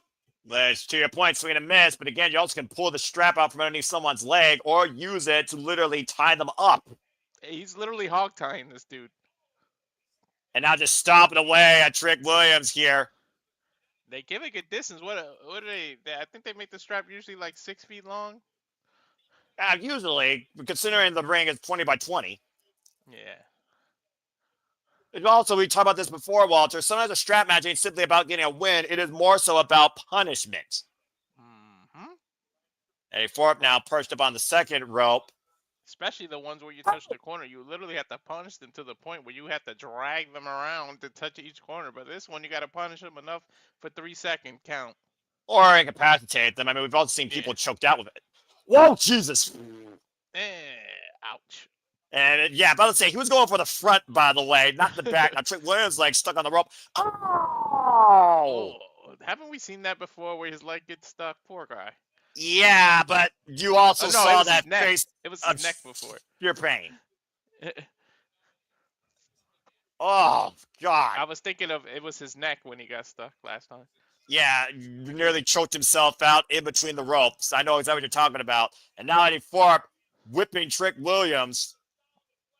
Like a government mule, right, JR? Take it to the woodshed. If there was ever a fitting for that saying that JR does, it's this kind of match. I'm pretty sure this match was literally the precipice behind that metaphor. If I were to guess. If I were to guess, as good old JR, of course, my voice of wrestling. Uh-oh. Oh, jeez. Take the hide off Trick Williams. I mean, look at Thorpe's chest. That thing is red, too. Oh, wait a minute. And Trick Williams now literally whooping Eddie Thorpe. We know that the heart of the champions within Trick Williams. We know that Trick Williams is no stranger overcoming adversity. So it's again driven into the ring post, though. I think a second ago, Thorpe woke that monster up out of a Trick. And now he's looking to restrain that monster with the help of the strap, tying him around the ring post. Oh, he's treating it like a straitjacket if he wraps it again. Or a kickboxing battle. Let's not forget, Eddie Thorpe was trained by Katsuri Shibata out of the LA dojo. This is the former Carl Fredericks. Ref, he's cheating. He took it off his wrist. Oh, no, he didn't. Okay. It looked like it was off for a second the way he was holding it.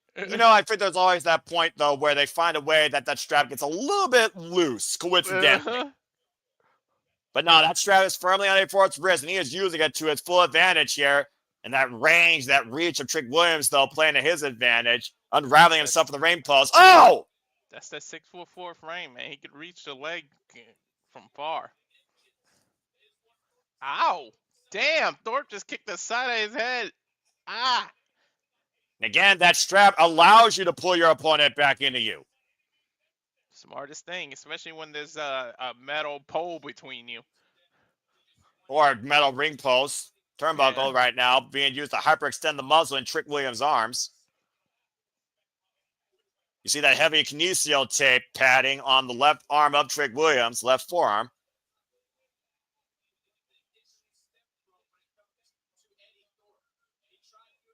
The fact that Eddie Thorpe been trying to do things the right way and felt like he got overlooked this entire time, now doing things his way, looking to bring out his own form of vengeance tonight and maybe get back after the NXT Championship.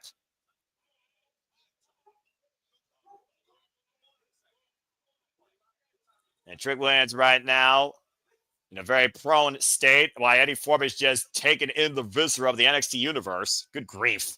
Oh, wait, Trick Williams, the schoolboy! Oh, 2 count. Back to his feet, hoisting up Eddie Thorpe. Eddie Thorpe able to escape, though. Clubbing forearm. Oh, nice backbreaker there with the use of the strap. Cover, lateral press, and another near fall.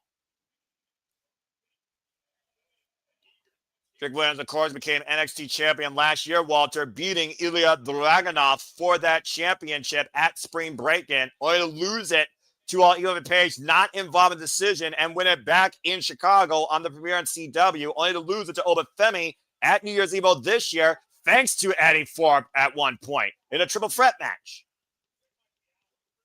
Man never lost the title in a one-on-one. It's always someone else involved. Which is why Trick Williams believes that he should be now challenging for that title again. And it should be one-on-one. And honestly, this might be the last roadblock to get to that point. If who am I kidding? When Femi wins tonight. If Trick and Oba wins tonight, I guarantee you they're going to stand deliver. Do you blame him, though? He's kind of right. Like, it's never a fair... He never gets the fair share. Yeah, but there's also no handouts here in NXT, and Ava Rain told him that perfectly. Whoa, boy! To be hypocritical, it's also what you sign up for when you sign up for a multi-man match. You know you're at a disadvantage when you're the champ. Yeah, true that. And again, take out the leg, clubbing shot to the back, and again, Eddie Thorpe using that strap, wrapping it around Trick Williams here. Yeah, straight jacket. Yeah, face first in the second ring pulse. Dragging him now. I'm not sure what Eddie Thorpe's going for here. Oh! But can you win by submission? Because you're damn sure could use that strap as a submission hold. Or a big elbow drop. Got 2 count there. It's been a very aggressive fight, I will say, but not nearly as violent as I thought it was going to be. More so the strap's been used for restraint, not for whipping. Yeah. Still fight left, though, and Trick Williams hooking up Eddie Thorpe! Dropping him, almost a bookend. Technically, you're supposed to use those straps when you move and you wrap it around a heavier object like a fridge or a stove, and it helps you. That's what you're supposed to use those for. How about modified crossface? That strap braced across the jawline of Eddie Thorpe, wrenching back. Eddie Thorpe, will he tap here? To your point, submission will count here. Thorpe trying to do his best, though, to resist tapping out. And again, there's no rope break. There's no escape. There is no rules. He's grabbing the rope, but Trick doesn't have to break it. Exactly. And the referee just told Eddie Thorpe that. Eddie Thorpe, freaking wrestling instinct kicking in. Might pass out, man. Thorpe is out, to your point, Walter. Brought back to his feet, taken down with a clothesline.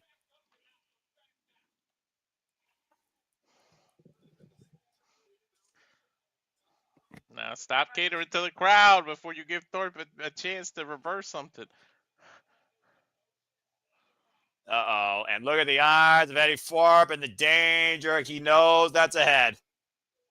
You see the bull piercing that Thorpe has across the nose, and now Trick is treating him like one, wrapping him with the rodeo like a rodeo. He is literally branding this man with that leather strap. Trick is whooping Eddie Thorpe's ass. Literally. And the ref can't do a damn thing about it.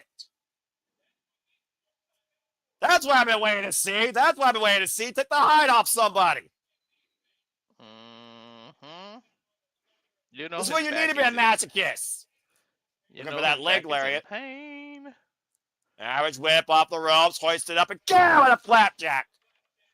Now Trick firmly in control. Catching a Thorpe, another flapjack, and a kip up. Little extra flair and pizzazz there by Trick Williams here tonight. Might just be one trick shot away from ending this thing. Trick shot! Yeah, but look what happened. He slid out of the ring, but again, the strap could be used to pull Eddy Thorpe in the ring, but it's dead weight at this point. Yeah, about to say, he's got a whole lot more energy now because countouts don't matter here. All that matters is the 3 count. Or the submission. Eddy Thorpe brought him back inside the ring. Might have given too much time to recover. Oof! Both men exchanging a boot. A little hesitation there. Oh, wait a minute. Oh, God! That hurt. As men, we know that hurts, Noah. And that's legal. That is legal. Thorpe with a knee of his own. Isn't that enough? Here, here's the cover. Thorpe has beaten Trick Williams. Damn it! I wish I just went with my gut with the Stephanie. Well, are you paying attention now? Eddy Thorpe just beat the former NXT champion. I don't think I'm exaggerating when I say that is the biggest win of Eddy Thorpe's career. No doubt. It was faced to an inadvertent low blow with that strap. And that follow-up knee strike of his own. Blinded by rage and gave it a chance, Eddy Thorpe capitalizes tonight and gets his vengeance. Look at the face on that fan. Look, I'm sure people are shocked. People thought that it was dead to rights that Trick was going to win this. I knew it. I knew it. He needs big names to conquer. Yeah, and it sounds like to me Trick Williams got far more roadblocks to deal with now if he wants to get back after the NXT Championship. As we go to another commercial break, fuck streaming services. Yeah, about to say, the strap in your nether region. Just, that's not right. I think it's far from over between these two, though, to be honest. Yeah, where you go from here after a strap match is what I'm wondering. Good grief. I don't know. Well, anyway, while we got a commercial break, again, we are now halfway through this card, believe it or not, Walter. We have 3 matches left. The NXT Championship, the NXT Women's Championship, and the battle of the Smile versus the Ego. But in the meantime, there's still a lot more ahead, not only tonight, but here in the Survivor Studios. So why don't we go ahead and bring up to speed what the watch-along schedule looks like so far for 2025 for not just you and me. Check this out, folks, because we are far from done. Well, let's do the Mania one just to show April. All right, fine. Go ahead. We've already showed WrestleMania enough. Yeah. And now for a taste of things to come.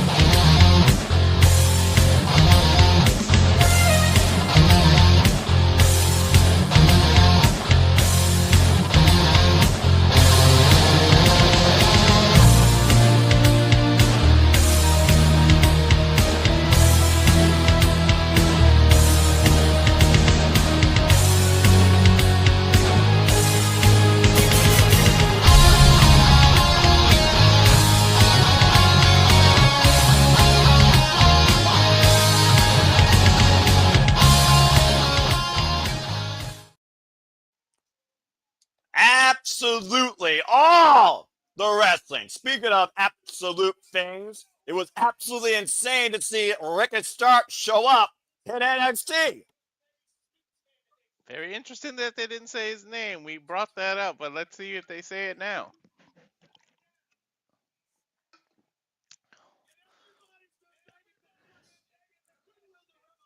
I guess once again, Walter, it's safe to say the Revolution will be televised. Hopefully, WWE doesn't give him a stupid name.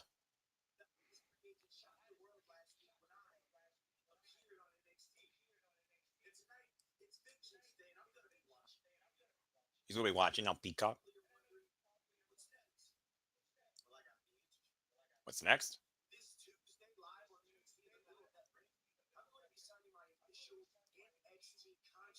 Oh. Well, there you go, Walter. This Tuesday, Ricky Starks puts pen to paper and signs the dotted line, officially becomes part of the NXT roster. And he didn't say his name again. Well, whatever name that he's going to go by, like I believe Jordan Grace got her name changed. Here's a name that you do know, and that's all Ego Infant Page as he goes one-on-one with Javon Evans. That's our match coming up next. And Shadow Gamer _X, thanks for tuning in. I'm still pumped that Ricky Starks immediately signed to NXT so quickly than any wrestler jumped so fast. NXT is televised. NXT is on fire right now, the hottest brand going. There is no denying that. Matthew here with the score update, 1 and 2. Ouch, brother. Did not expect Thorpe to win. Again, very few people did. Very few people throw did. Some swerve at us, though. Well, for Dwayne Atkinson, who said that this is simply put, almost feels like just a special episode of TV, it still does kind of feel like that. But we've already been surprised once and already had one title change. And a debut of 4 jabronis. Now we're going to see if someone loses their smile permanently. That was a scary sight, by the way, seeing him spit up blood after that chair stomp. That was disgusting. Yeah. Sure was. Even Page, despite the fact he came into NXT literally during the summer last year and won the NXT Championship quicker than anybody else in NXT history, his momentum was a bygone fuck compared to Mr. Bouncy Javon Evans, who's been in marquee matches and has had key endorsements by the likes of RVD and Randy Orton. And it has gotten to Ethan Page's skin. And of course, Javon Evans and Ethan Page were both involved in that Iron Survivor Challenge last year at Deadline.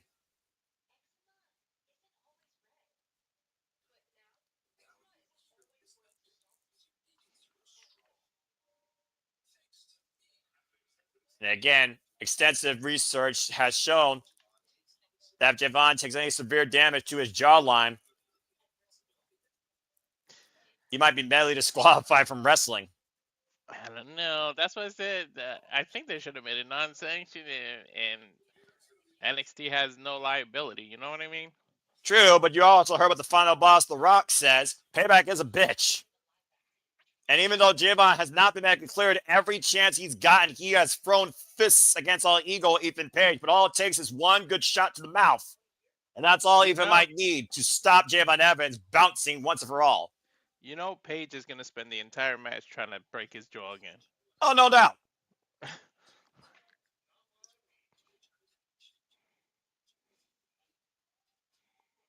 And again, blinded by so much rage and seeking vengeance, warned by Ava Rain, he signed on the dotted line that whatever happens tonight, WWE and NXT will not be held liable.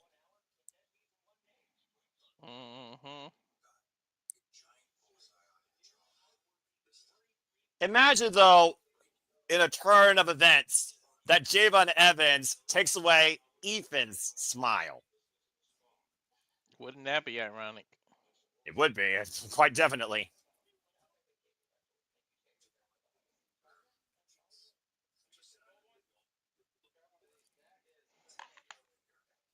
Ethan Page looking to end the career of Javon Evans before it begins with a smile on his face. Coming up next at Vengeance Day.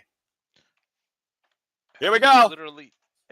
Evans literally Page went from he lost his smile to causing Javon to lose his.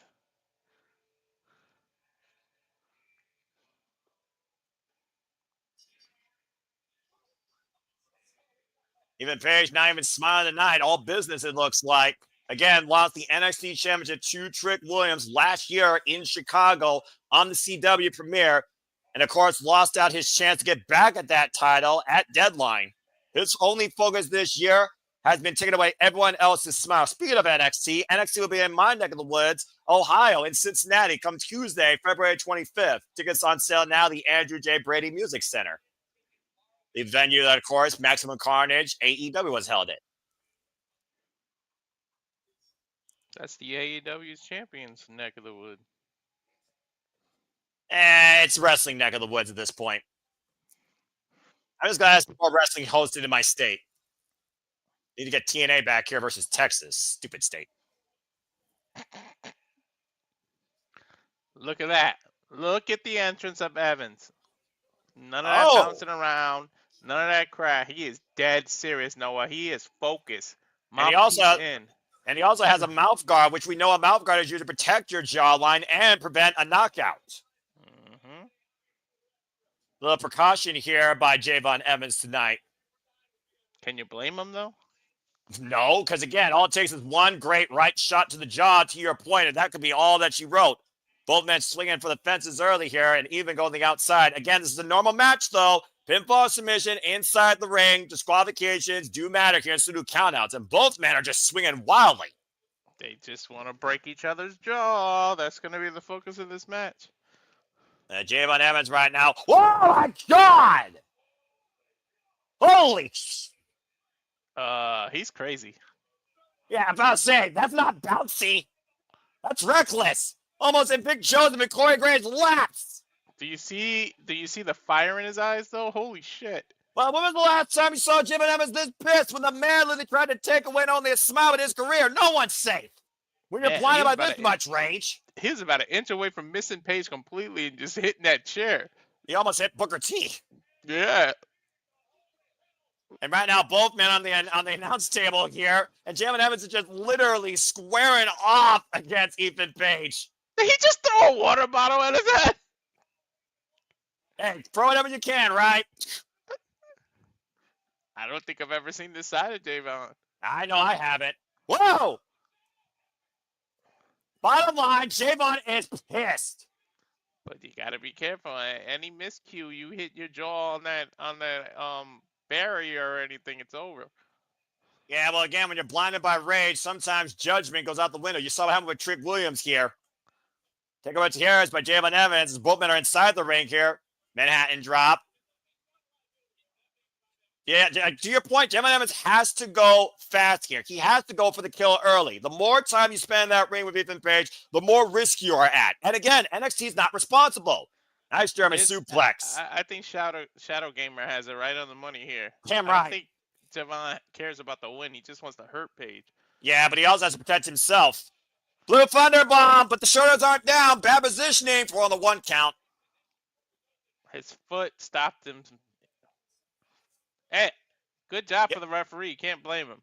Yeah, that referee was very smart. Again, you saw the leg was literally underneath the shoulder, not over it. Poor positioning by Javon Evans there. And that goes back to that inexperience. Not forget, even Page is over 20 years of vet of this game. Javon ain't even a decade. Good grief, though. I did not expect Javon Evans, though, to not bounce but be this crazy this early. JJ called it in predictions and said he may not be bouncy. He may be serious. I think it was JJ. I'm pretty sure JJ had to call something right. It's his NXT. Get to the midsection. Javon sent it to the apron. And even Page, of course, right now. Oh! Caught it right. Javon creating distance. Now Javon might be looking to bounce off the top rope. Good God! The height of the young OG off that. Here's the cover. Hook the leg. It's a 2 count.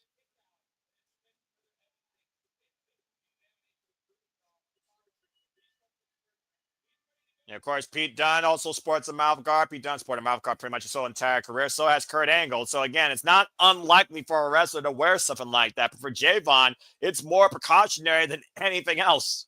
Look how thick that mouthpiece is, too. Look for that cutter and got caught by Ethan Page. Run up the ropes. Javon holds on, though. Sidestep, sends Eagle up and over. Uh-oh.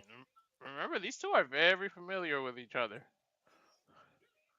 Huge super kick, though. Rocks Ethan Page on the apron. And familiarity here, to your point, might also be why this match might be more so a stalemate. Mm-hmm. Javon up and over. Bowman on the apron. Bouncing up the second. Oh, my God! That cutter connected! How much damage did he do to himself, though? I mean, he landed hard on the back of his own head. And I'm pretty sure he rotated on the cutter, if I was looking at that correctly. You see him grabbing the small of his back. And thank you for that, Shall Gamer. I was about to say Claudio Castagnoli, still for a duration of time, I think wears a mouthpiece as well. A lot of the grants have worn a mouthpiece. And speaking of smashing jawline, oh no. Okay. Whoa. Is he gonna stomp him? Is that what he's setting up for? I think so. And Ethan Page is bleeding from the nose, I believe. Yes, he is. He's gushing too. He might have broke his nose. And this might be it right here. Okay, Javon, this might be a little bit too far. Whoa! And Ethan getting out of the way. Sidestep. Josh Javon on the apron. Now Ethan chopping the leg. Oh, no! Look at the amount of blood that's on the steps from his nose. Well, he may not... Yeah, go ahead. I was going to say, I didn't notice what exactly he hit him with that caused that nosebleed. That cutter, dude. That cutter, like I said, he turned it around and Ethan dropped face first on the apron, but he might have shattered Javon Evans' ankle, same way he did to Dante Chen. And now Ethan has another target. I was just going to say, now he has 2 targets. And we talked about earlier how dangerous all Ethan Page is under normal circumstances. Now how furious you think he is while he's bleeding. Sometimes seeing the sight of your own blood just wakes something up inside you. We've seen some people go nuts when they see their own blood.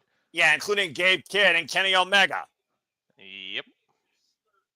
And again, the sight of that maniacal all-ego Ethan Page. Yeah, that kind of adds something to this match, I tell you. Yeah, right about to say, for a match that seemed pretty simple, became anything but implant DDT to the leg. Now systematically dissecting Javon Evans' left leg. Hard to bounce when you can't freaking launch on one leg. Tell me about it. A definition of how tough is a one-legged man in an ass-kicking contest. Right, exactly. Ethan Page saying after tonight, you're going to be looking for a new career. Looking to take away the smile of Javon Evans once and for all, and then some.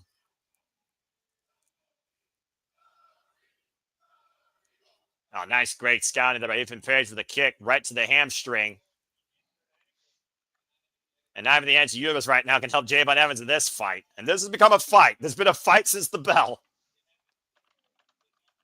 And all ego now in firm control. Ankle lock applied. Trying to grab the bottom rope, though. Trying to force the break quick and early. Even trying to pull him back towards center. Now grabbing the pro leg. But Javon kicking him off with a good leg. Right leg. Literally. Oh, big right hand by Javon, though. And Ethan Page hoisting up Javon. Oh!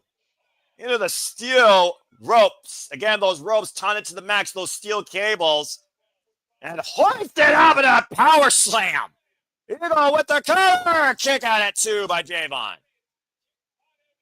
But look at Ethan immediately going back on the attack on the prone ankle.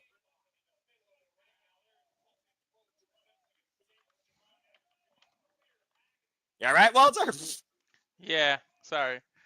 No, you're fine. I just want to make sure. And again, folks, if you are a gamer, W2K25 is available pre-order now. You can even get the edition, of course, of the largest roster ever assembled, intergender matches with blood and the island of relevancy. W2K25 coming to a store near you next month, I believe. Yep, March. Hey, see Ethan Page now grapevine. You always talk about how much people need to grapevine the leg, and here Ethan Page is doing your strategy perfectly in the center of the ring, torquing as hard as he can. Who does that remind you of? Who's he reminding you of right now with the way he's attacking ankles and things?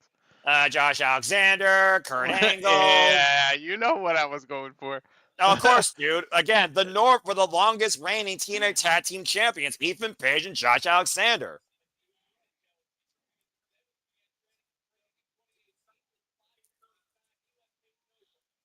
And again, Oliver Page has been involved in this business now for over 20 years. It took 18 years to become part of WWE. Javon Evans has only been in the game, the young OG, for 5 years.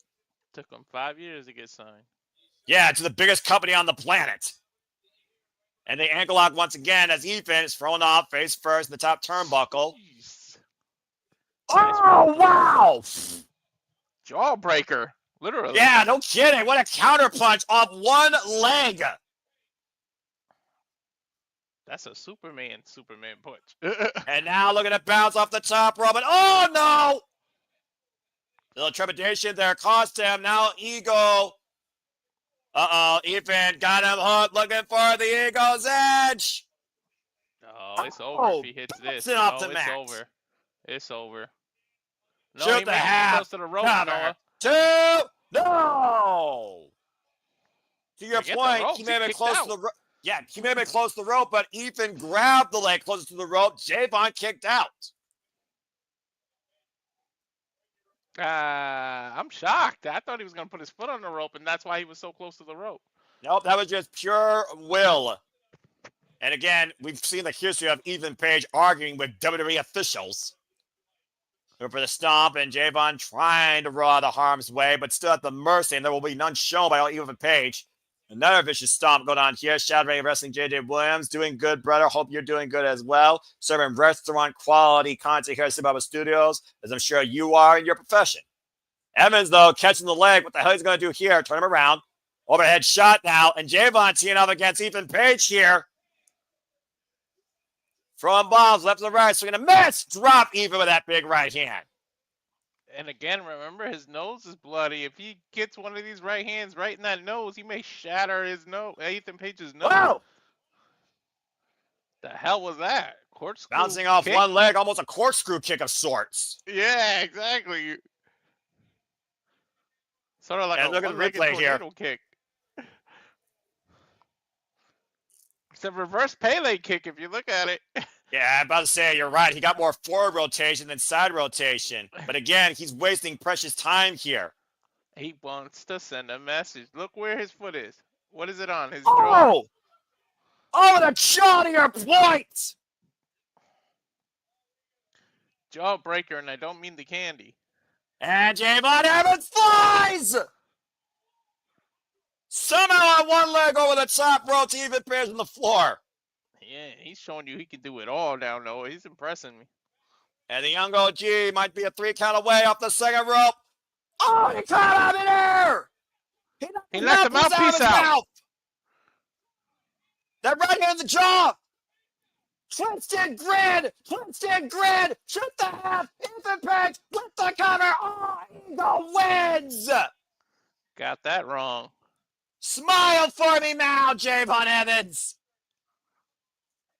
Dude, he busted him right in the jaw, too. He knocked that mouthpiece right out. Exactly. Not only did he knock the mouthpiece out, he caught him with that reverse cutter, twisted grin, turning Javon Evans' smile upside down, if it still exists. Ethan Page wins. Take a look at the replay here. You talk about getting that measure of revenge, stomping on the jawline of Ethan Page, then flying on one leg over the top rope, wiping him out on the floor. But as soon as he got back inside the ring, twisted grin, that cutter was all she wrote, as All Ego shoots the half, hooks the bad leg, and gets the win at Vengeance Day. And might have rearranged Javon's jaw in the process. I think he was too focused on hurting Page and not winning the match. That's what happened. It also looked like that mouthpiece was falling loose from Javon's mouth, and he didn't try and rearrange it. And there you say, oh, dear Lord, someone get to the medical physicians out there. Javon is literally busted open from the mouth, bleeding. His mouth looks Oof. like Ethan's nose. Yeah, well, it's going to be pretty damn hard for Javon Evans to smile anytime soon, as we got another commercial break. Fuck streaming services. That's a hell of a match, though. Good grief. It was. Now we'll go to our other video. Yeah, let's go ahead real quick and talk about the other watch-along trailer that talks about truly all the wrestling known so far. We'll be right back, folks. Check out this trailer for more of what's to come here at the Slip Studios. And now for a taste of things to come.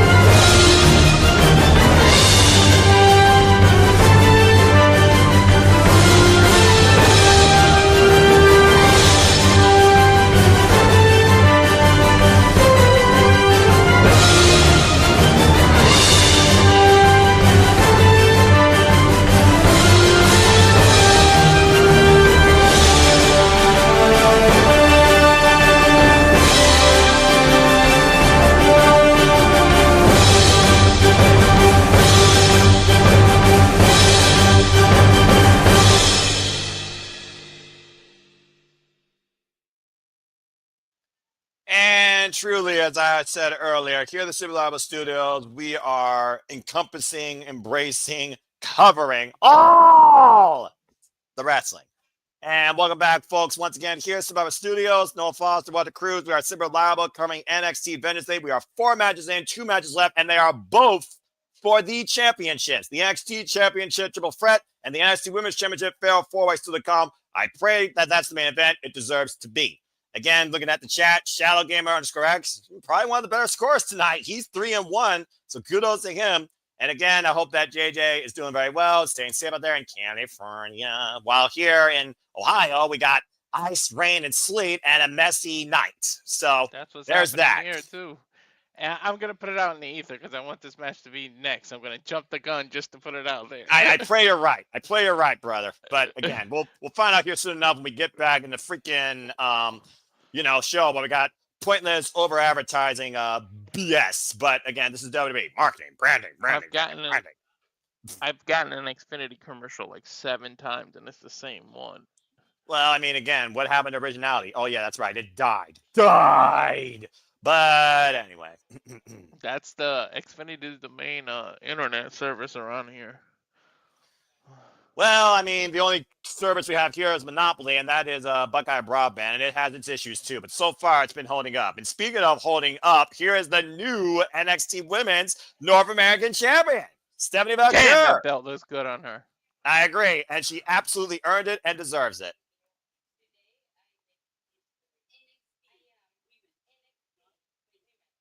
The third ever. The other mamacita.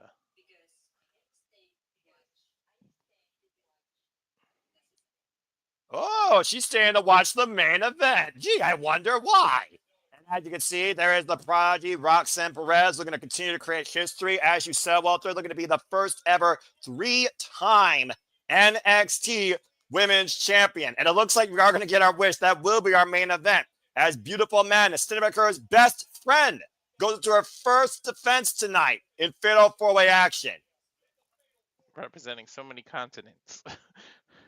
But coming up next are these two clowns. Austin Theory and Grayson Waller looking to upset the ruler of NXT. It is time for our NXT Championship Triple Threat match.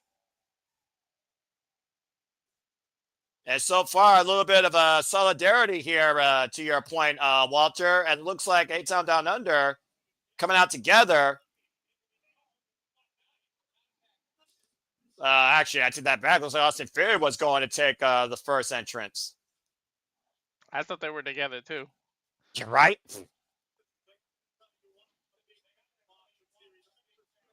Austin Theory, of course, originally chosen out of Evolve, was a Paul Heyman guy. Wow. Didn't even get a chance to embrace this return to NXT before Grayson Waller's music played.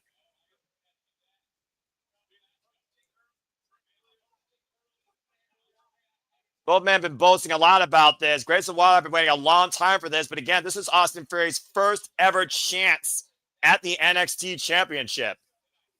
Both men were great NXT superstars, but just never got an opportunity to get that threshold, get that title. They're still ass clowns to me, but I'll leave that as a conversation for a different day. Austin Theory and Grayson Waller, former SmackDown Tag Team Champions, two of the most boastful egos right now, not named Ethan Page, but they have a hell of an obstacle to overcome to remove that title from that man's waist. The ruler. Oh boy.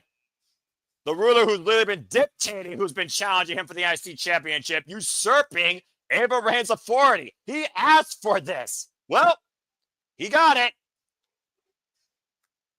That walk alone, man. Seriously, I need this guy versus Moose. Just a face-to-face at some point.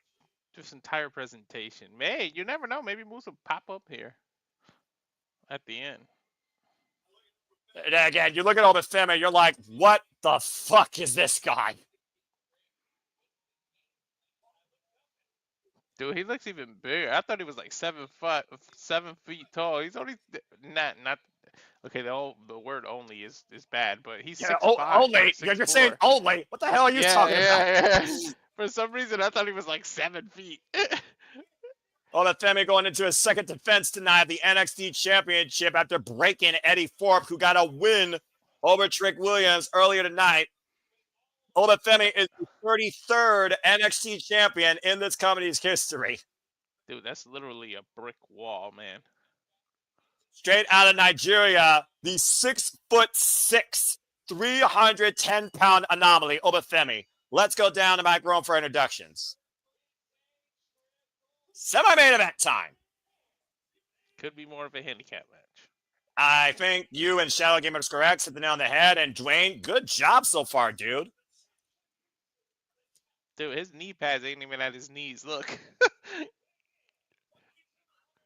This is more like ankle pads. Right. Austin Theory, of course, former two-time United States champion and former WWE Tag Team champion, has never challenged for the NXT Championship.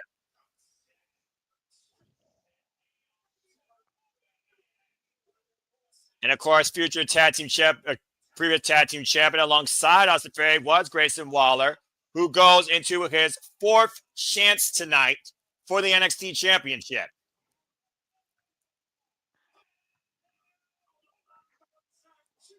Meanwhile, this guy who hasn't been involved in NXT now for literally, get this, Walter, 2 full years is our current NXT champion with only 2 defeats in his NXT career, Femi.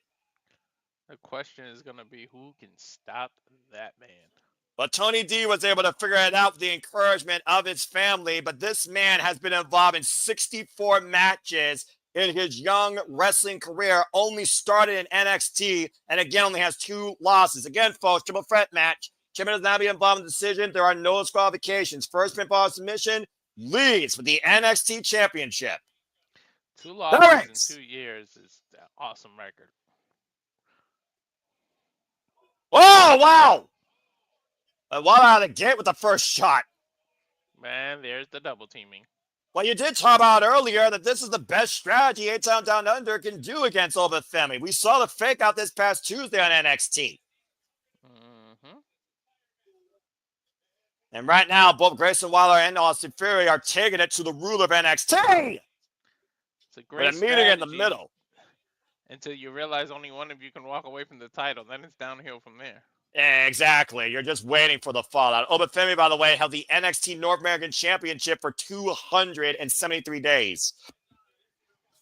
What a run. That's not going to work. Double Irish whip denied. Both men fall off the ropes. And oh, my God! Hey, what were you saying about 2-on-1, Walter? What the? Double choke slams?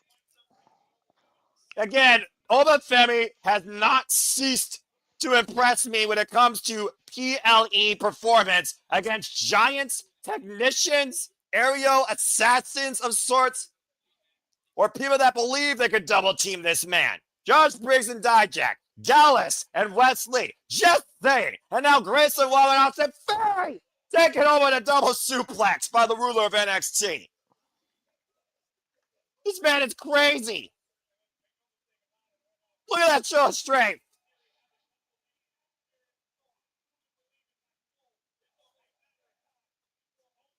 Can you imagine this man at WrestleMania? Can you imagine this man in the Royal Rumble? I think that's why he stayed away from it this year, because who the hell would have tossed his ass over the rope? You're right. Maybe Jacob Fatu. Grayson Waller coming in, though. Oh, look at this military press. Hoisted up over the shoulders. Oh, my shot dropped across his partner. You know, they were smart. He landed on Waller. You should have pinned him, Austin. I mean, at this point, you might want to go for the double pin. Just stack on top of each other. Nice job, a knee strike there. Big forearm. By the way, Walter, we in sync, bro? Yeah, you haven't talked much, by the way. Up and over. We're like a little off, but... Who's ahead? Okay. Who's ahead? You or me? You. Okay. But just like a fraction of a second. Okay, well, that's fine. Well, hey, you were talking about... Yeah, you were talking about earlier? There's that little tease. Austin Theory, Grayson Waller have a chance to settle this one-on-one. There it is. I thought Theory would strike first. Well, I mean, again, this is Theory's first chance. Grayson Waller knows how to get here. They might do the Shawn Michaels Triple H thing, though.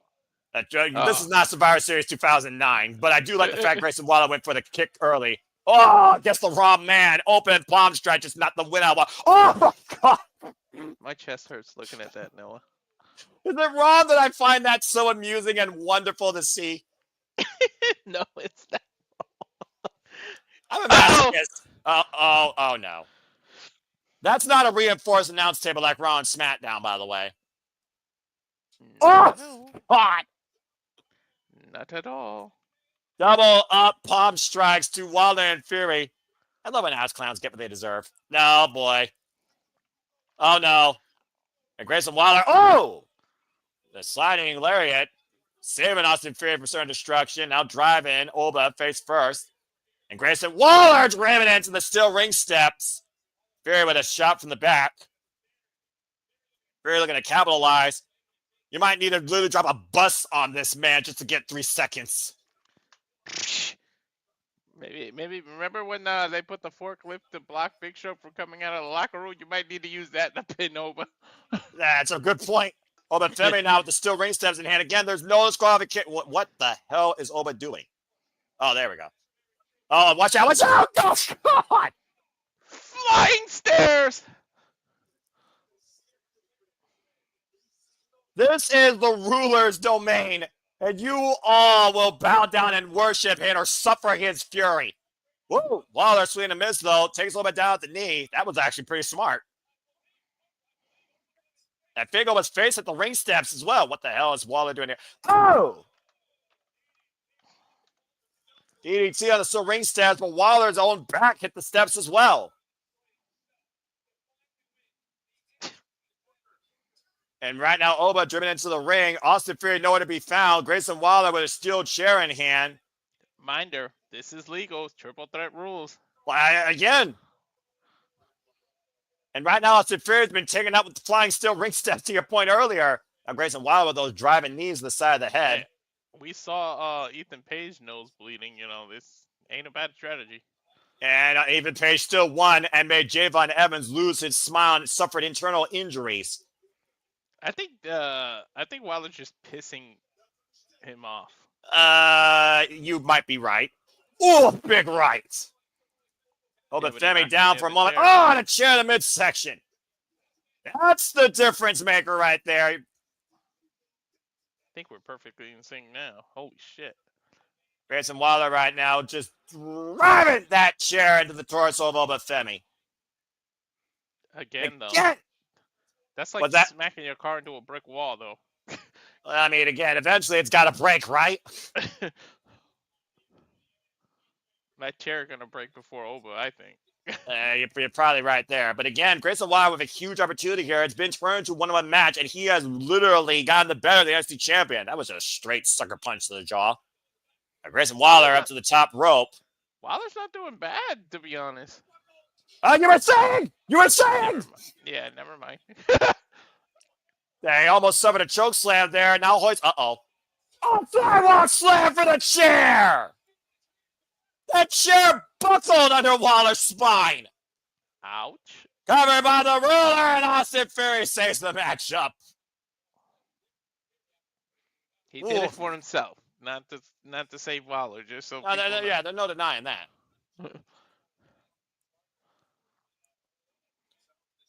Again, Austin Fury might just be preserving the chance versus preserving his partner, helping him take down the ruler. And Austin Fury trying to take advantage of Femi. And Austin Fury might be looking for that slingshot roll in. Drop kick! Hey, it worked. Yeah, but you still see Austin Fury favoring his left arm, though. He's hurting bad, man. Yeah, that left arm is staying close to the inside of his body, but it looks like they're once again trying to talk double team strategy here to neutralize the ruler of NXT. Remember, Austin Fury did not find his way in NXT until he found the way with Johnny Gargano and Candice LeRae and Indy Hartwell. Indie Wrestling now, by the way. Grayson Waller, of course, came in a different era of NXT when it was Rainbow Bright and made his own viral moments. Oh, a clubbing shot to the back. Did you see how high Theory had to jump just to hit that? And he used a bad arm, by the way, for what? There is no way. Look at the wobble in Fury's legs. Oba holding He on to doesn't Grayson. have him. And wait a minute. And you heard Waller screaming, uh-oh, down! What's a triple threat without a Tower of Doom, Noah?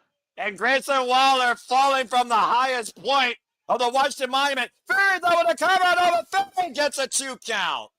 Can you blame him? That was smart of Theory. And no kidding, take another look here. Good God. Grayson Waller crashed and burned. Mind you, that spine just went through a chair all but 3 minutes ago. Yeah, and this suffered the avalanche superplex of the ages. Indeed, this is awesome. This is Vengeance Day. NXT champion on the line. Our semi-main event as Oba just took the legs out from underneath Austin Theory. Even when you think you have a weakness exploited from Oba Femi, he just keeps fighting back. And Toy Story. We're getting a little Woody. well, I mean, they wanted tables. Oba's happy to oblige. Well, to your point, we've seen a strap, we've seen blood, we've seen chairs, now we're seeing a table come into play. But look what is going on. Back to the double teaming. Well, I guess the only way they've been able to neutralize Oba Femi for at least a second. It's going to be their detriment when they end up having to hit each other. So far, they get one little tease of dissension, and then Oba interrupted it. If I was Oba, it would have been smarter to let it happen. Yeah, and I don't necessarily buy this double team, but I do buy into this pan off if it works. Fury and Waller looking for something big off the second rope, looking to be blood! It's taking too long. Right through the heart of Oba Femi with the elbow drop. Almost a cannonball. Look at this. And the only one that really could benefit from this, I would think, is Theory, because both Grayson Waller and Femi are down. Theory looks like he's trying to check on Waller. I almost would have thrown Waller in the ring and pinned him. Screw it. Well, he's throwing over Femi back in the ring. And to your point, immediately goes for the cover. Hook on the ledge. We have a new champion. No. I don't know about you, but yeah, I think I would have thrown Waller. The chances of pinning Waller would have been a lot higher. Uh-oh. And I think, to your point, Waller just realized what Austin Theory tried to do. You realize how bad I want this title. Oh, wait a minute. Whoa! Oba Femi just dropped Waller as Austin Theory gets out of the way. And Austin Theory hoisted up Oba Femi. 8-count counter. Oh, God. Planted! God, what a spine buster. When did Arn Anderson join this match? Yeah, he should have proved that. That's for damn sure. And Oba Femi back to his feet. I think we've reached the climax of this match. Running uppercut. And Oba Femi right now just literally running at Austin Theory. Meanwhile, Grayson Waller runs to his partner. And Oba runs to the ball for the running uppercut. Runaway Stack him up. train. Whoa, man. He just treated him like a lawn dart. And freaking flying miles for Austin Theory. Meanwhile, Oba Femi on the outside of the ring kicks a chair away from Grayson Waller's hands. Swing and a miss. Hoist up Waller. Oh, Lord. Pop of Grace through the announce table. That is the third hurtful impact that Waller has taken to the spine. Oh! And from behind again, though. Austin Theory this time with the steel chair. Speaking of spines. Oh! Oba just punched the chair away! Oh, dear God. Oh, plant DDT! Carrying the fall from Grace now. No way. You gotta be fucking kidding me. 8-count down! To win the title! And Grayson Waller pulls the referee out! It's smart. He just cost his tag partner his first ever chance at becoming NXT champion. Uh-oh.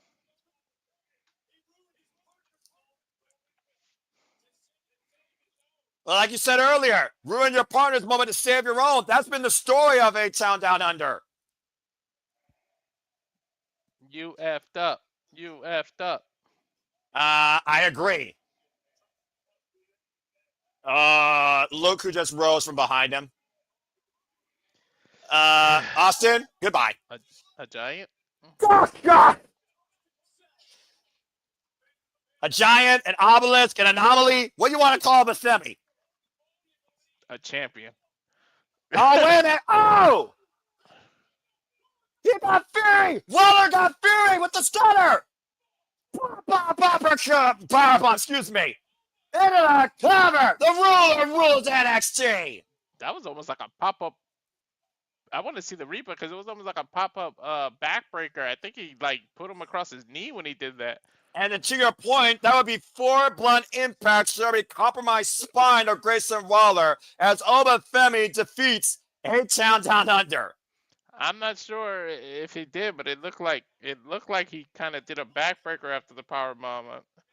Let's take a look at some of the highlights here. That cannonball elbow from Grayson Waller threw up a Femi. Both men crashed and burned through that table. Speaking of crash and burn, fall from Grace, thrown off through the announce table was Grayson Waller as Austin Theory took full control then there. And that display of athleticism caught Austin Theory with that roll-through cutter. And watch this to your point. Yeah, I think he caught the very bottom of his spine with his knee. Either way, pop-up powerbomb, Oba Femi wins. Fatality. The conqueror, the ruler, the leader of it. What? Well, Is this Walter, that faction again? I don't know. Huh? What? Oh, no. To your point, yes, it is. This is and I don't think retribution. I don't think it's just those 4 men. What? Where are they? Huh? Hello? The hell?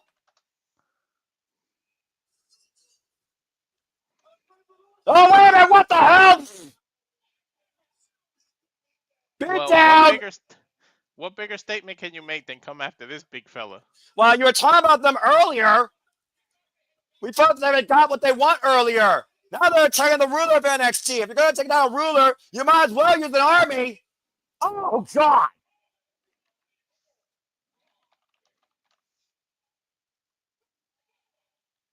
Who the hell are these 4 men, and what's their agenda?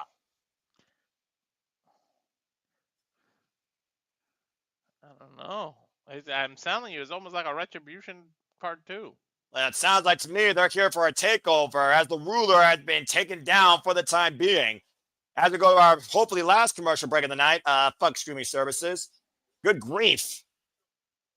Well, that being said, A-Clown Down Under, strong effort, but the ruler still rules NXT, but he might have a whole different force trying to usurp his throne, it seems. Yeah, let's go ahead and take a look at the comments here. More like Shield 2.0, you know, I mean, with the lighting and type of stuff like that, I mean, that's fair. Def Rebel hasn't made a generic because they're going to sell those things. Well, again, WWE's all about branding and marketing. Let's just call it what it is, all right? Well, that being said, soon enough, we will see how this brand continues to thrive and who will truly stand and deliver on their greatest stage, WrestleMania weekend from Las Vegas. You know, when DDP debuted, he said, you go after the biggest dog in the yard. I feel like that's what this group just did. And to your point, imagine if DDP is involved in this. There you see a beautiful picture of the Las Vegas Strip. WrestleMania week. We're going to die, Walter. SmackDown stand delivered, Raw, the Hall of Fame, and WrestleMania from the City of Sin, the entertainment capital of the world, Las Vegas. Die with a smile with that. Give me all the wrestling. And damn right. Let's go backstage to Ava Raine with Shara Schreiber on what has been another incredible show for NXT.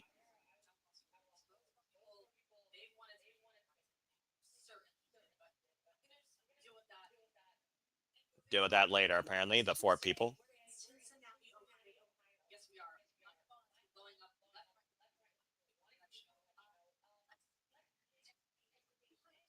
Lexus King? Good grief. Well, Lexus King is from Cincinnati. That makes sense.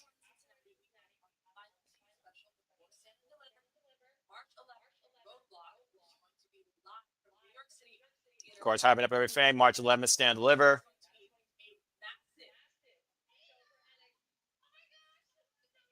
Hey, it's the liaison of NXT, Ariana Grace.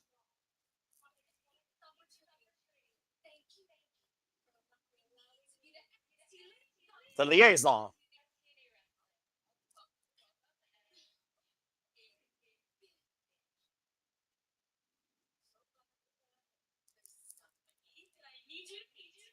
What? Someone needed meat. Who's that? TNA? Hey! Well, look at this! The TNA director of a party. Hey, look, y'all grown up. I love Santino, man. Ebony Corelli. He's been a great general manager. Or excuse me, director of a party. She was gonna point out that they're related to say, you know what? Never mind. the father and the daughter.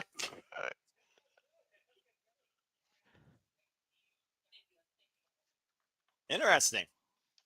And you gotta imagine that Ava Reyes and Team Morello have the work cut out for them, considering that TNA is coming to the spiritual home of NXT, Full Sail University. So maybe they're creating plans, or maybe we got Worlds Collide on the horizon. Who knows? As we go back inside and look at the destruction caused by the ruler of NXT. They're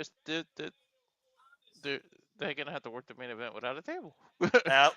Speaking of doing the work, looks like your mamacita, Dana Parker, along with Kalani Jordan, Common Pedivit, will be challenging to become the next number contender for the NXT Women's North American Championship this Tuesday in NXT. It's a triple threat number contenders match to see who challenges Stephanie Vaquer.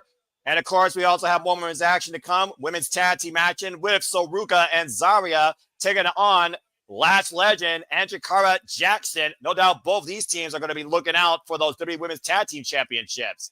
And after Stack's statement earlier without a family at the table, Stacks was to go one-on-one and cut the head off the snake as he goes up against Sean Spears. I'm not sure if that's very wise. And of course, we also know officially Absolute Ricky Starks will sign on the dotted line for NXT this Tuesday in a contract signing. They said this man again. I don't know. They won't say his name. But I know you'll say these four names: Julia, Bayley, Roxanne, Perez, Cora, Jade. What's been a tremendous show. Vengeance Day concludes with the NXT Women's Championship Fatal 4-Way. It is time for our main events. NXT definitely got this correct. Yeah, they did. I'm proud of them. As we have one more, I believe, cold opener / video package. We've talked about this match verbatim, Walter. We talked about the talent of NXT's women's division. We talked about the rise of Roxanne, the potential of Cora, the leadership of Bayley, the arrival of Beautiful Madness. Now all four come ahead for the richest prize in NXT, the NXT Women's Championship.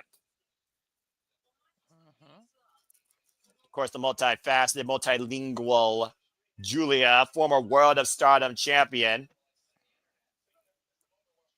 Of course, won Deadline last year to earn the opportunity for the title and beat Roxanne Perez at New Year's Eve, but also took part in the Royal Rumble.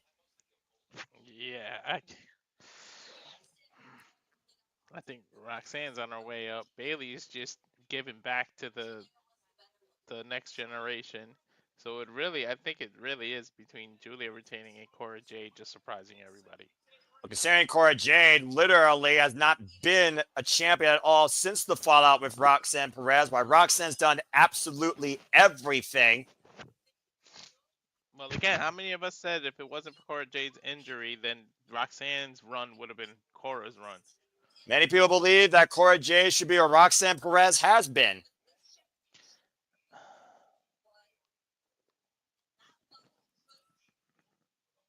But speaking of leading generations, how poetic was it to see Bayley return home to NXT, the woman that we followed, that made women's wrestling matter again at one point, beating Sasha Banks at NXT TakeOver Brooklyn, still one of the greatest women's matches in WWE history, might I add. And of course, went on to become a Grand Slam champion in WWE. And how cool was it to see Roxanne Perez bring out the hugger gimmick? I mean, hey, she never looked better.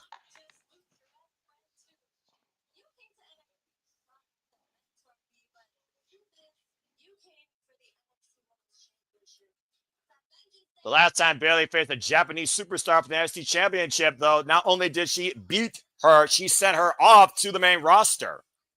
It would be kind of poetic if the same thing happens here as Guilia beat Roxanne Perez. Now we find both women here in NXT.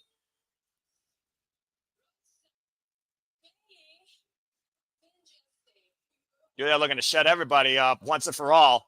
Say Arriva Danci to Roxanne Perez's chance of becoming the NXT Women's Champion. Of course, Jade might have something to say about all of that. Oh, is there something going on? I'm still in commercials. Again, you got the non-premium. I got the premium, so they're doing the cold opener. When you got the premium service, they do the cold opener video packages. At the tail of this match, what started with Guilia and Bayley as a tag team beating Roxanne and Cora Jade escalated when Roxanne and Bayley were jacking each other's jaws with words, and Guilia challenged both.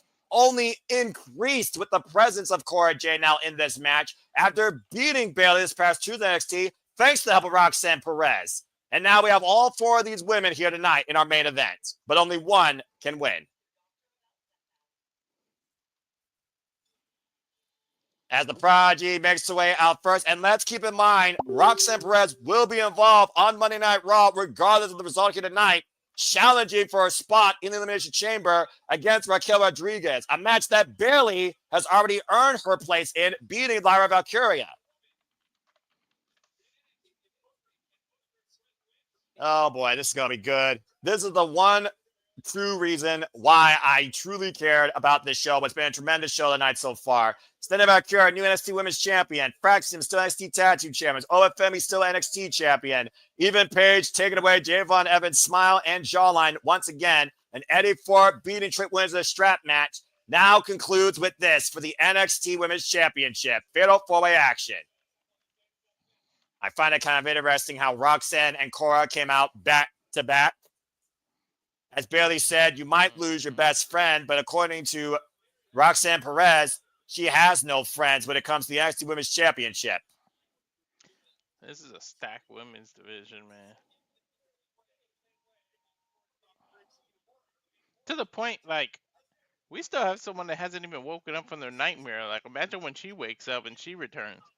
Yeah, that's fair as well. Cora Jade, by the way, this is her first chance for the NXT Women's Championship. And again, she's also had eyes, as someone pointed out Monster Summers earlier, on the TNA Knockouts World Championship. Damn, Wendy Chu has been put to sleep for a long time. I mean, when you literally are put into the undead realm by Rosemary, there usually is no coming back. Ask the bunny. And here comes Bayley. Everyone's favorite hugger and role model. Man, that is a short entrance ramp. It is. I like Bayley, it, though. Yeah, and it's one of those things where, the presence of the show doesn't need all the glitz and glamour and the pizzazz and the dumb 3D effects, but you just need a little bit of personality and overall a full audience of passion. Bayley, of course, former two-time WWE Women's Champion, SmackDown Women's Champion, Women's Tag Team Champion, Money in the Bank winner, Royal Rumble winner. She has done absolutely everything, but her very first accolade in WWE was the NXT Women's Championship back in 2015. She held it for 223 days before she lost it to Asuka.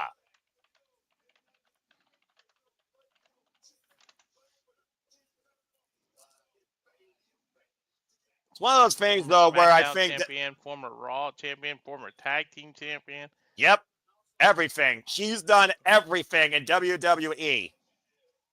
And she's returned where she started to see what the future holds in store tonight against Beautiful Madness, as Guilia is about to make her first NXT Championship defense.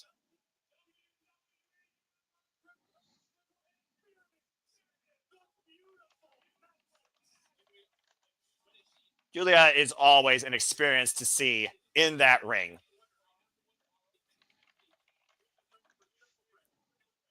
The thing is, though, we got to consider this, Walter. Guilia, before Tuesday, was going into a triple threat. We already knew she was at a disadvantage, but she asked for that. What do you think Guilia thinks now, the fact that this is a fatal four-way? I'm not trying to do the Steiner map, but she just dropped literally down to 25%. She can only hope that Bayley and Roxanne and Cora Jade implode on each other and lose sight of what's important here. and that is the NXT Women's Championship. A woman at 29 years old, might I add. Beautiful insanity turned to beautiful madness. 7 years of professional wrestling career. One of the best Yoshis on the planet.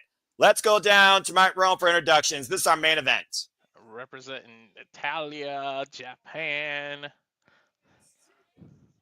Born in London. Mm-hmm. Look at this lineup.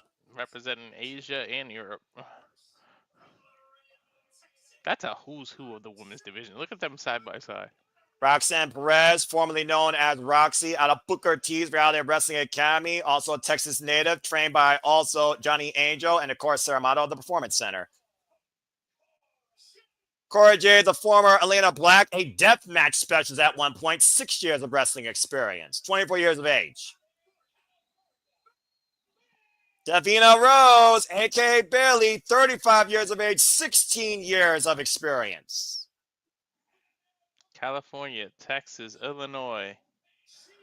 And of course, now residing in Florida at 30 years of age, 7 years in the game, trained by Mio Shirai, Milano Collection AT, Beautiful Madness Julia, our current NXT Women's Champion, the 21st NXT Women's Champion in NXT history. To win, to survive, to thrive. Well, Julia wants to put that title back around her waist or over her head. She's definitely got to survive 3 of the best in NXT. To your point, Walter, it's our main event. Here we go! Let's do this thing! Let's see who goes first. Boy. Is it going to be like isolation, one-on-one each of them? All 4 attacking each other? It'd be interesting to see. Well, again, Bayley and Julia tag team against Roxanne and Cora Jade and beat those 2. Yeah, 2 faces, 2 heels. Julia's encouraging them to just all fight and she can sit back. I mean, again, smart strategy by the champion here. Do as little work as possible. Work smarter, not harder. Dance puppets. Roxanne and Bayley right now teeing off. She's literally sitting on a turnbuckle on the You were staying! Finding her spot there with the double missile drop kick. Massive headbutt to Cora Jade. Good night. And ducks underneath, up and around. La Mystica. Oh, I thought I was going for La Mystica. Instead, take over Tijeras to Bayley. Julia trying to get the crowd into it now. Bayley, of course, the experienced WWE superstar here who inspired the likes of Cora Jade and Roxanne Perez. Julia right now, detoured by Roxanne and Cora. And Roxanne and Cora right now working against the NXT Women's Champion. Bad blood, of course, with these 2 women goes all the way back to Chicago when Julia first challenged Roxanne Perez for the title and lost because of Cora Jade's return and involvement. And these 3 going to work right now while Bayley sits in the corner. And Roxanne taken down by Cora. Catch the leg. Went for a swing against Bayley. Bayley and Cora inadvertently working together against Julia. Me and the minds. Julia gets the schoolgirl cover on Bayley. Now Cora with the roll up on Julia. Quick cover is happening by everybody. And Roxanne with a quick roll up on Cora. Gets a 1 count or 2 count. That's why I stood quiet. Too many counts, man. But again, first pinfall submission. All 4 of them been going at. Got to touch the strength here. Oh, look at this motherfucker pin by Julia. Roxanne and Cora. Nice counter though by Bayley. Shoulders down. 2 count. Good Lord Almighty. Stalemate. The heck is this? Woo! That's women's wrestling, damn it, Walter. Learn something on SmackDown. And Bayley and Cora right now teeing off. Our Roxanne and Julia are teeing off here. We got a match or 2 matches so far, it looks like right now. Cora sent off to the outside. And Roxanne sends Julia to the outside. And oh, look what we're left with. Now, wait a minute. Whoa! And Bayley and Roxanne taking it to the field, wiping out Cora and Julia on the outside. I guess showwomanship? Well, I mean, again, when you consider that literally Roxanne once used to dress up as Bayley the Hugger, was inspired like Isa Moreno was. A battle of mentorship versus the mentoree. Oh, man, open palm strike. Why Roxanne's led this generation of NXT. A rising knee strike. Oh, jeez. Back elbow strike to the back of Roxanne. Taking the angle by Cora Jade, though. And the problem here, you have to have eyes in the back of your head when you're dealing with two other opponents versus one just in the ring. And look at this. Head on a swivel cliche comes in. It's really true in multi-person matches. And what a stare down this is with Roxanne, Perez, and Cora Jade. Pineapple tie up here. Cora Jade, though, with a gut wrench attempt here. Cora Jade able to scout it. And Roxanne looking for Code Red. Pop Rock's counter. And then Jade looking for Jaded. Looking for Jaded. They did this to Zaya. And Roxanne right now hands on each other. Looking for Russian leg sweep. And drop kick by Julia. Wipes up that. Who's losing all their gear? Like, what is that all over the road? I have no idea. I think it's Julia. I think it's the feathers, of course. Julia is such a fashionista, though. Just one of her many trademarks and attributes that makes her so multifaceted. Oh, man. Boot wash. That's a champ that goes after her. She's attacking everybody. A woman that literally led a group about women who play in the world, Dado del Mundo, in Stardom, who defined her style in Stardom after injury, even lost her hair. Here's the cover here by Julia. Roxanne gets a 2 count. Former World of Stardom champion. The wars I've seen her with Siri, Tam Nakano, Utami Hayashita. Oh, baby. This is the one I wanted to see. That's it right here. Julia and Bayley.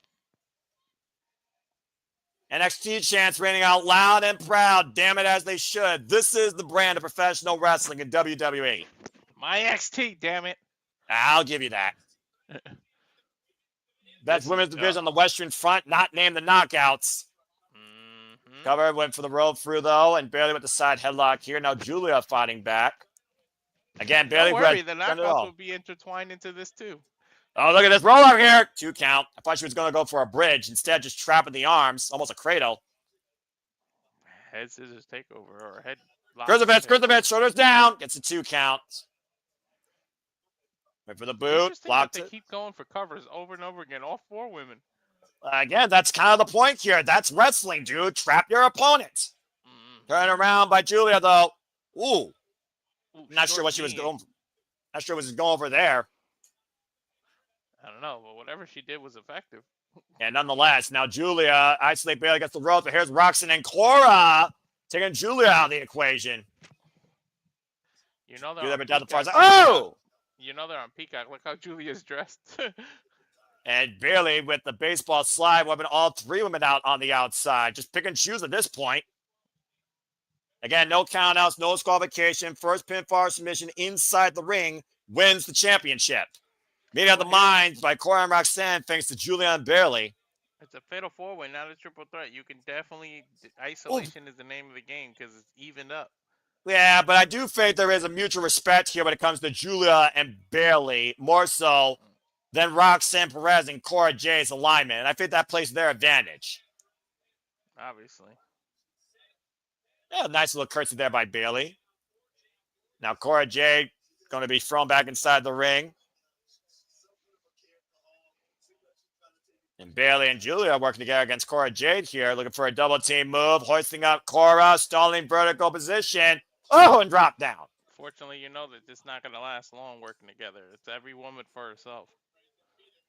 They get to the midsection, though, by Julia and Bayley. Clearly, Julia and Bayley wants to set it against each other. And here's Cora coming to the aid of her friend, or so it seems.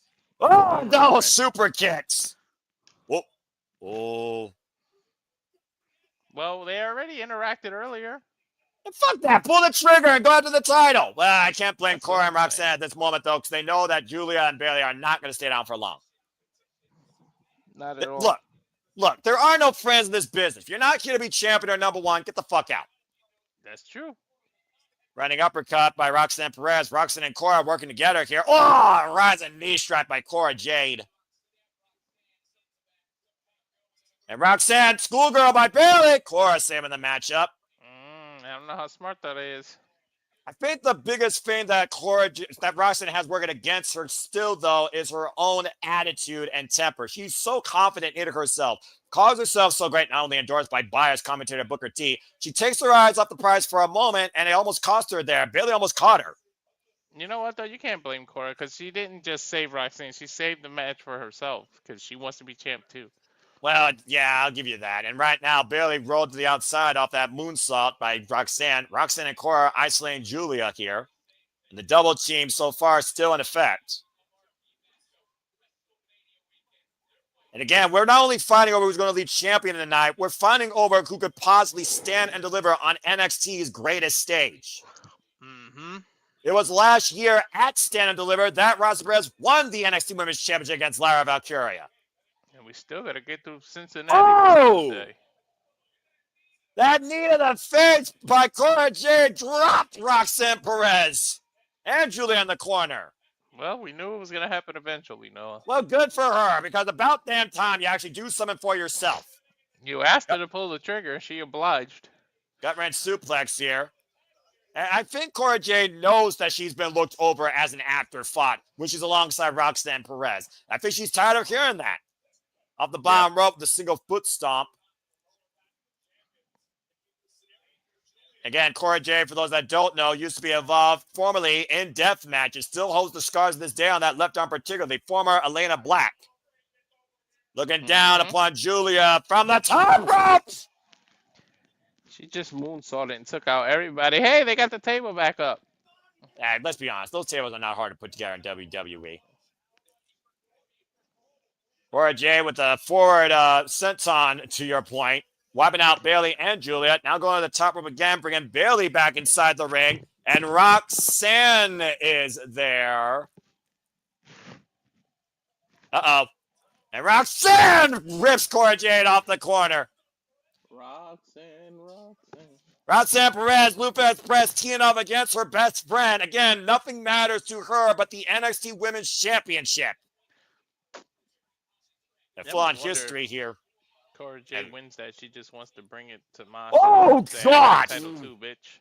And that running knee strike, though, just turned Roxanne Perez sideways. Roxanne's out.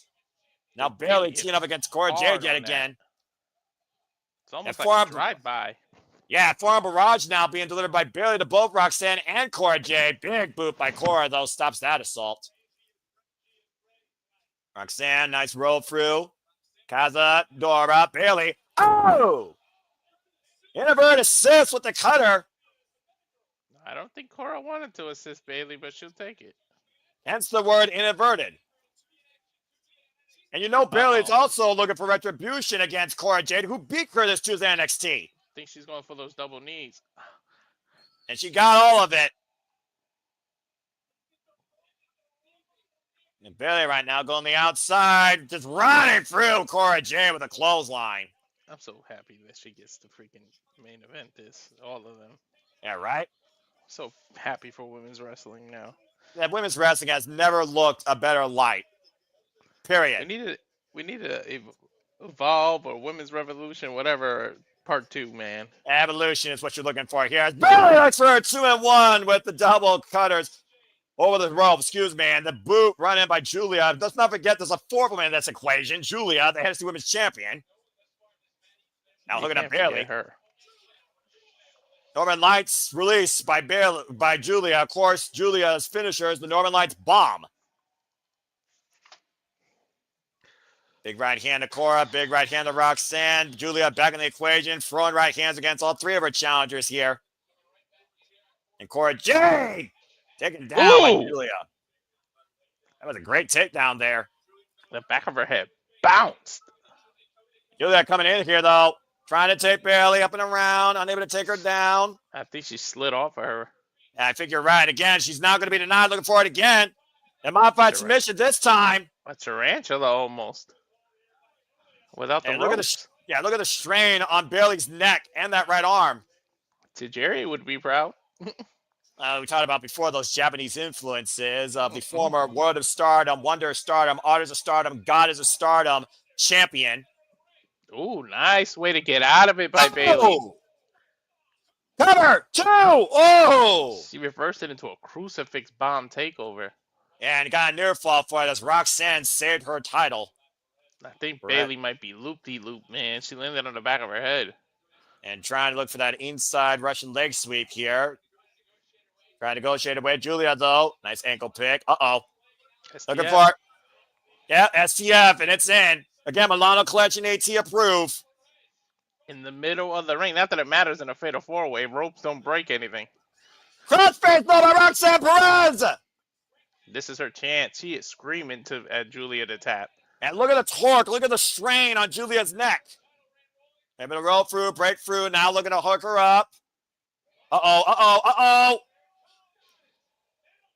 Got all that Northern Lights bomb. Is it enough here to hold on? And Cora and Bayley save the matchup. We were half a second away from a retention there, Noah. It's amazing how long 3 seconds can feel like an eternity in a wrestling match. Now looking for Jade. You know? Looking for the double under DDT. Bayley, though, hoisting up Cora up on the shoulders. What's this? Oh! What the hell was that? Cover 2! Ooh. Shout out to Victoria with that move right there. Oh, they mentioned Victoria, the next Hall of Famer, maybe. She should be a Hall of Famer, damn it. More than Right? Michelle McCool. Face first goes Julia in the corner. I know what's cooking. And Bayley now. Sunset flip! No offense, Bouncing love up. The Undertaker and everything. I think Victoria should have been in it before Michelle. I agree, but I'm not trying to chastise stuff. I'm trying to be good here, and right now I'm in a good mood. I'm seeing women wrestling, appropriately main event, a great show, so it's all good. Now, Roxanne, Is she going for a corner box rock?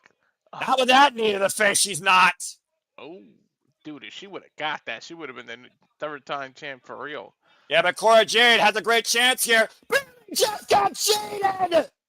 Come on, by Cora, new champ! Oh, Roxanne stops it! Damn, that was Cora's best chance. No, Noah?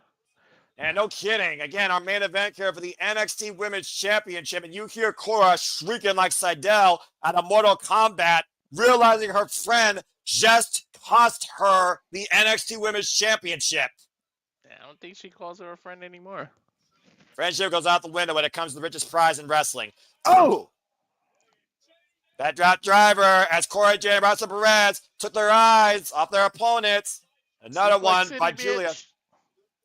All 3 women down, champion in standing position. Roxanne, though, gets the double boots up. This is an incredible match. And Julia right now, oh, big right hand. Gonna make 2 lists, I believe. Yeah, you never know. There's still a lot more women's wrestling to come because I watch far more women's wrestling than most people probably in the Simply Reliable studios. But, you know. And what the hell is Julia looking for here out of the corner? I think a double butterfly suit. Oh, God. So we're doom spot. We know. Yeah, I think you're onto something here. And right now, I sense disaster.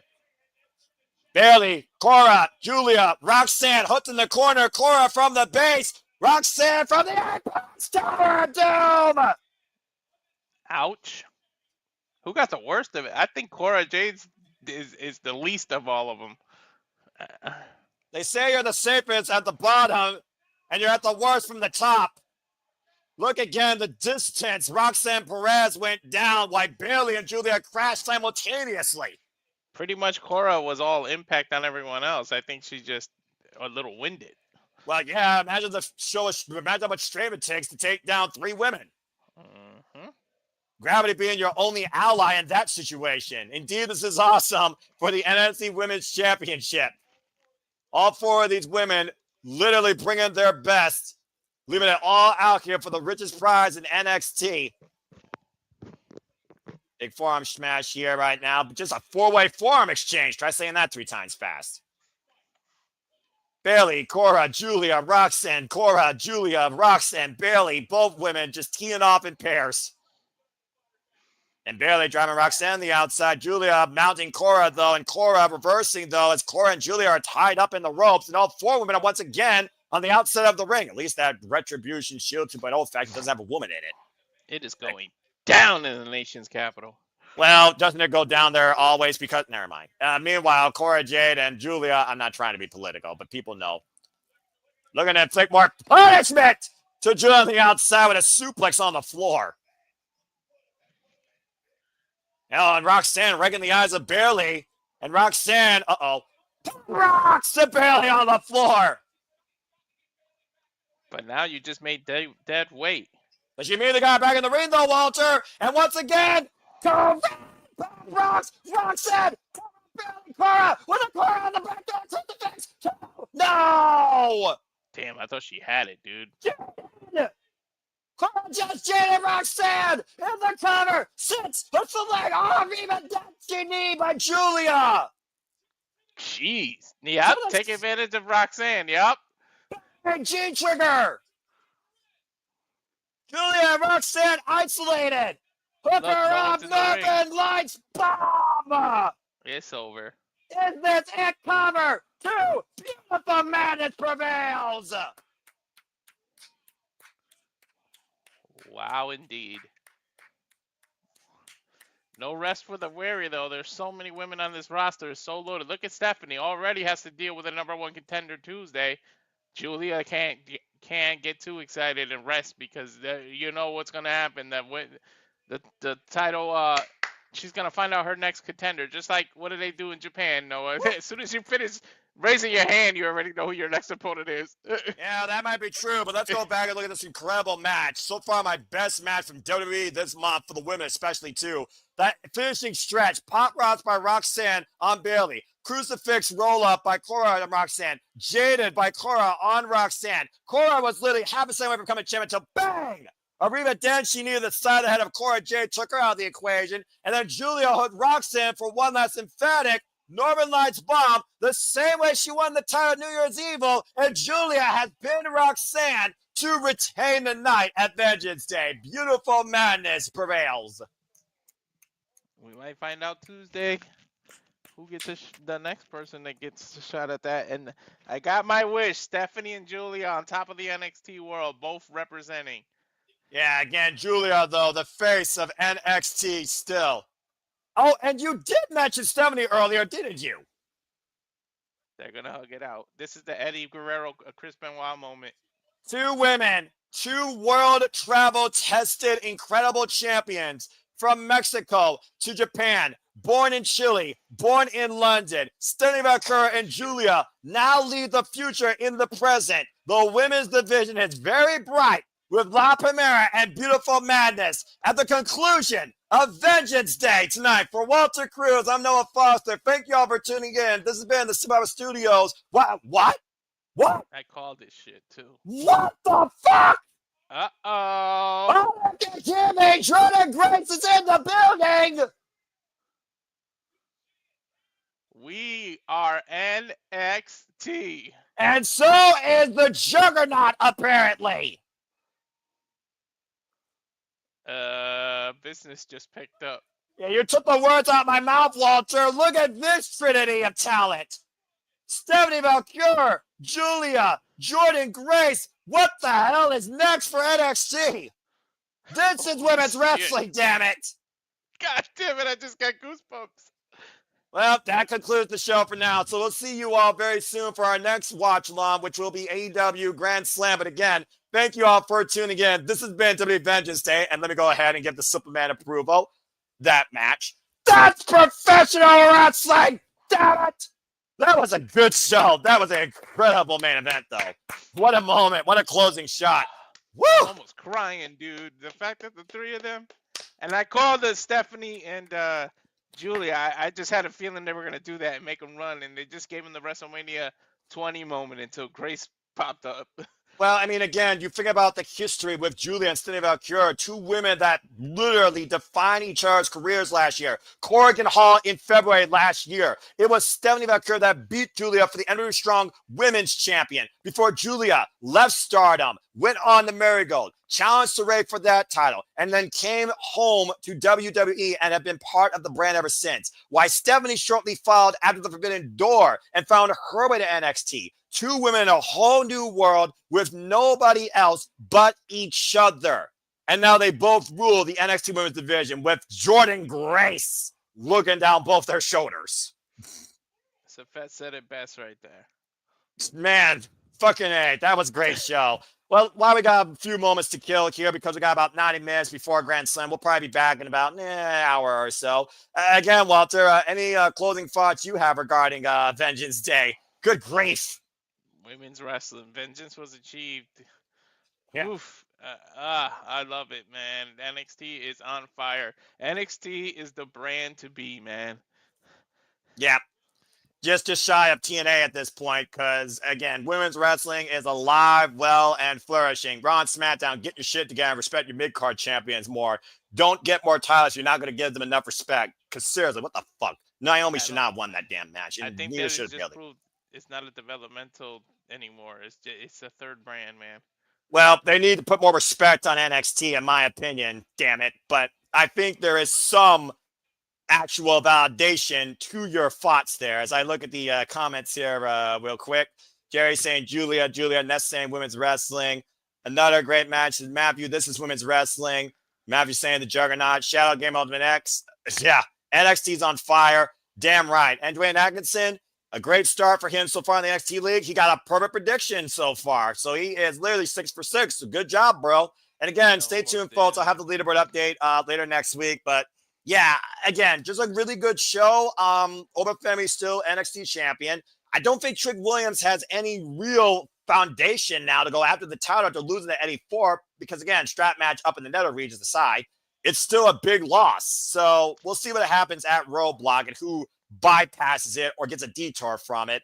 And what does the women's division hold in store for both championships that will stand deliver most certainly? We're just going to have to wait and see. Much like the old console systems, Trick is going to have to hit the reset button.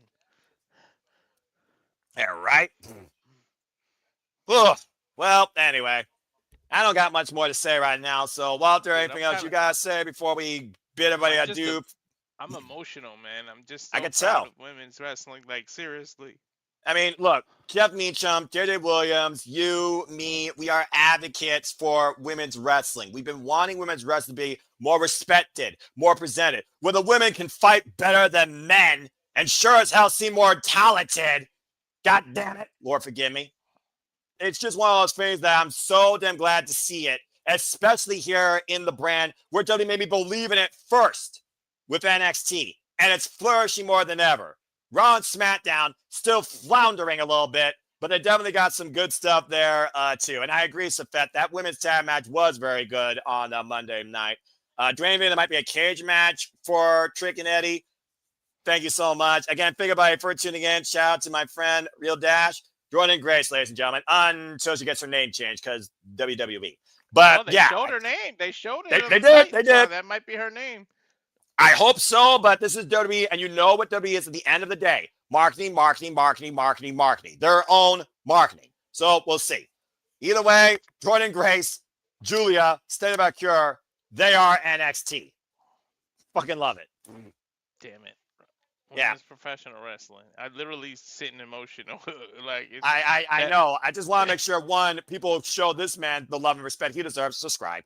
Please PayPal, support his passion. Subscribe. And I want to make sure he gets his piece and subscribe because he's just as valuable, if not more valuable here for his voice and love of professional wrestling than any of us are. So again, Walter, thank you so much. It's been a lot of damn fun.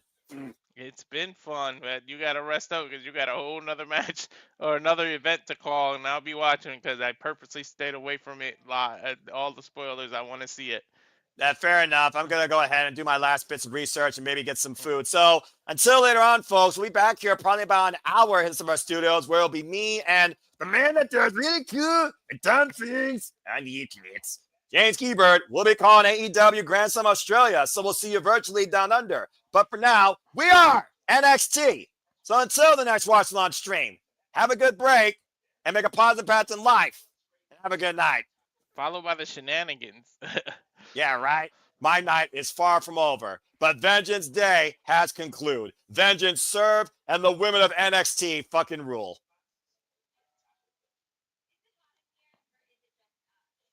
Good night, folks.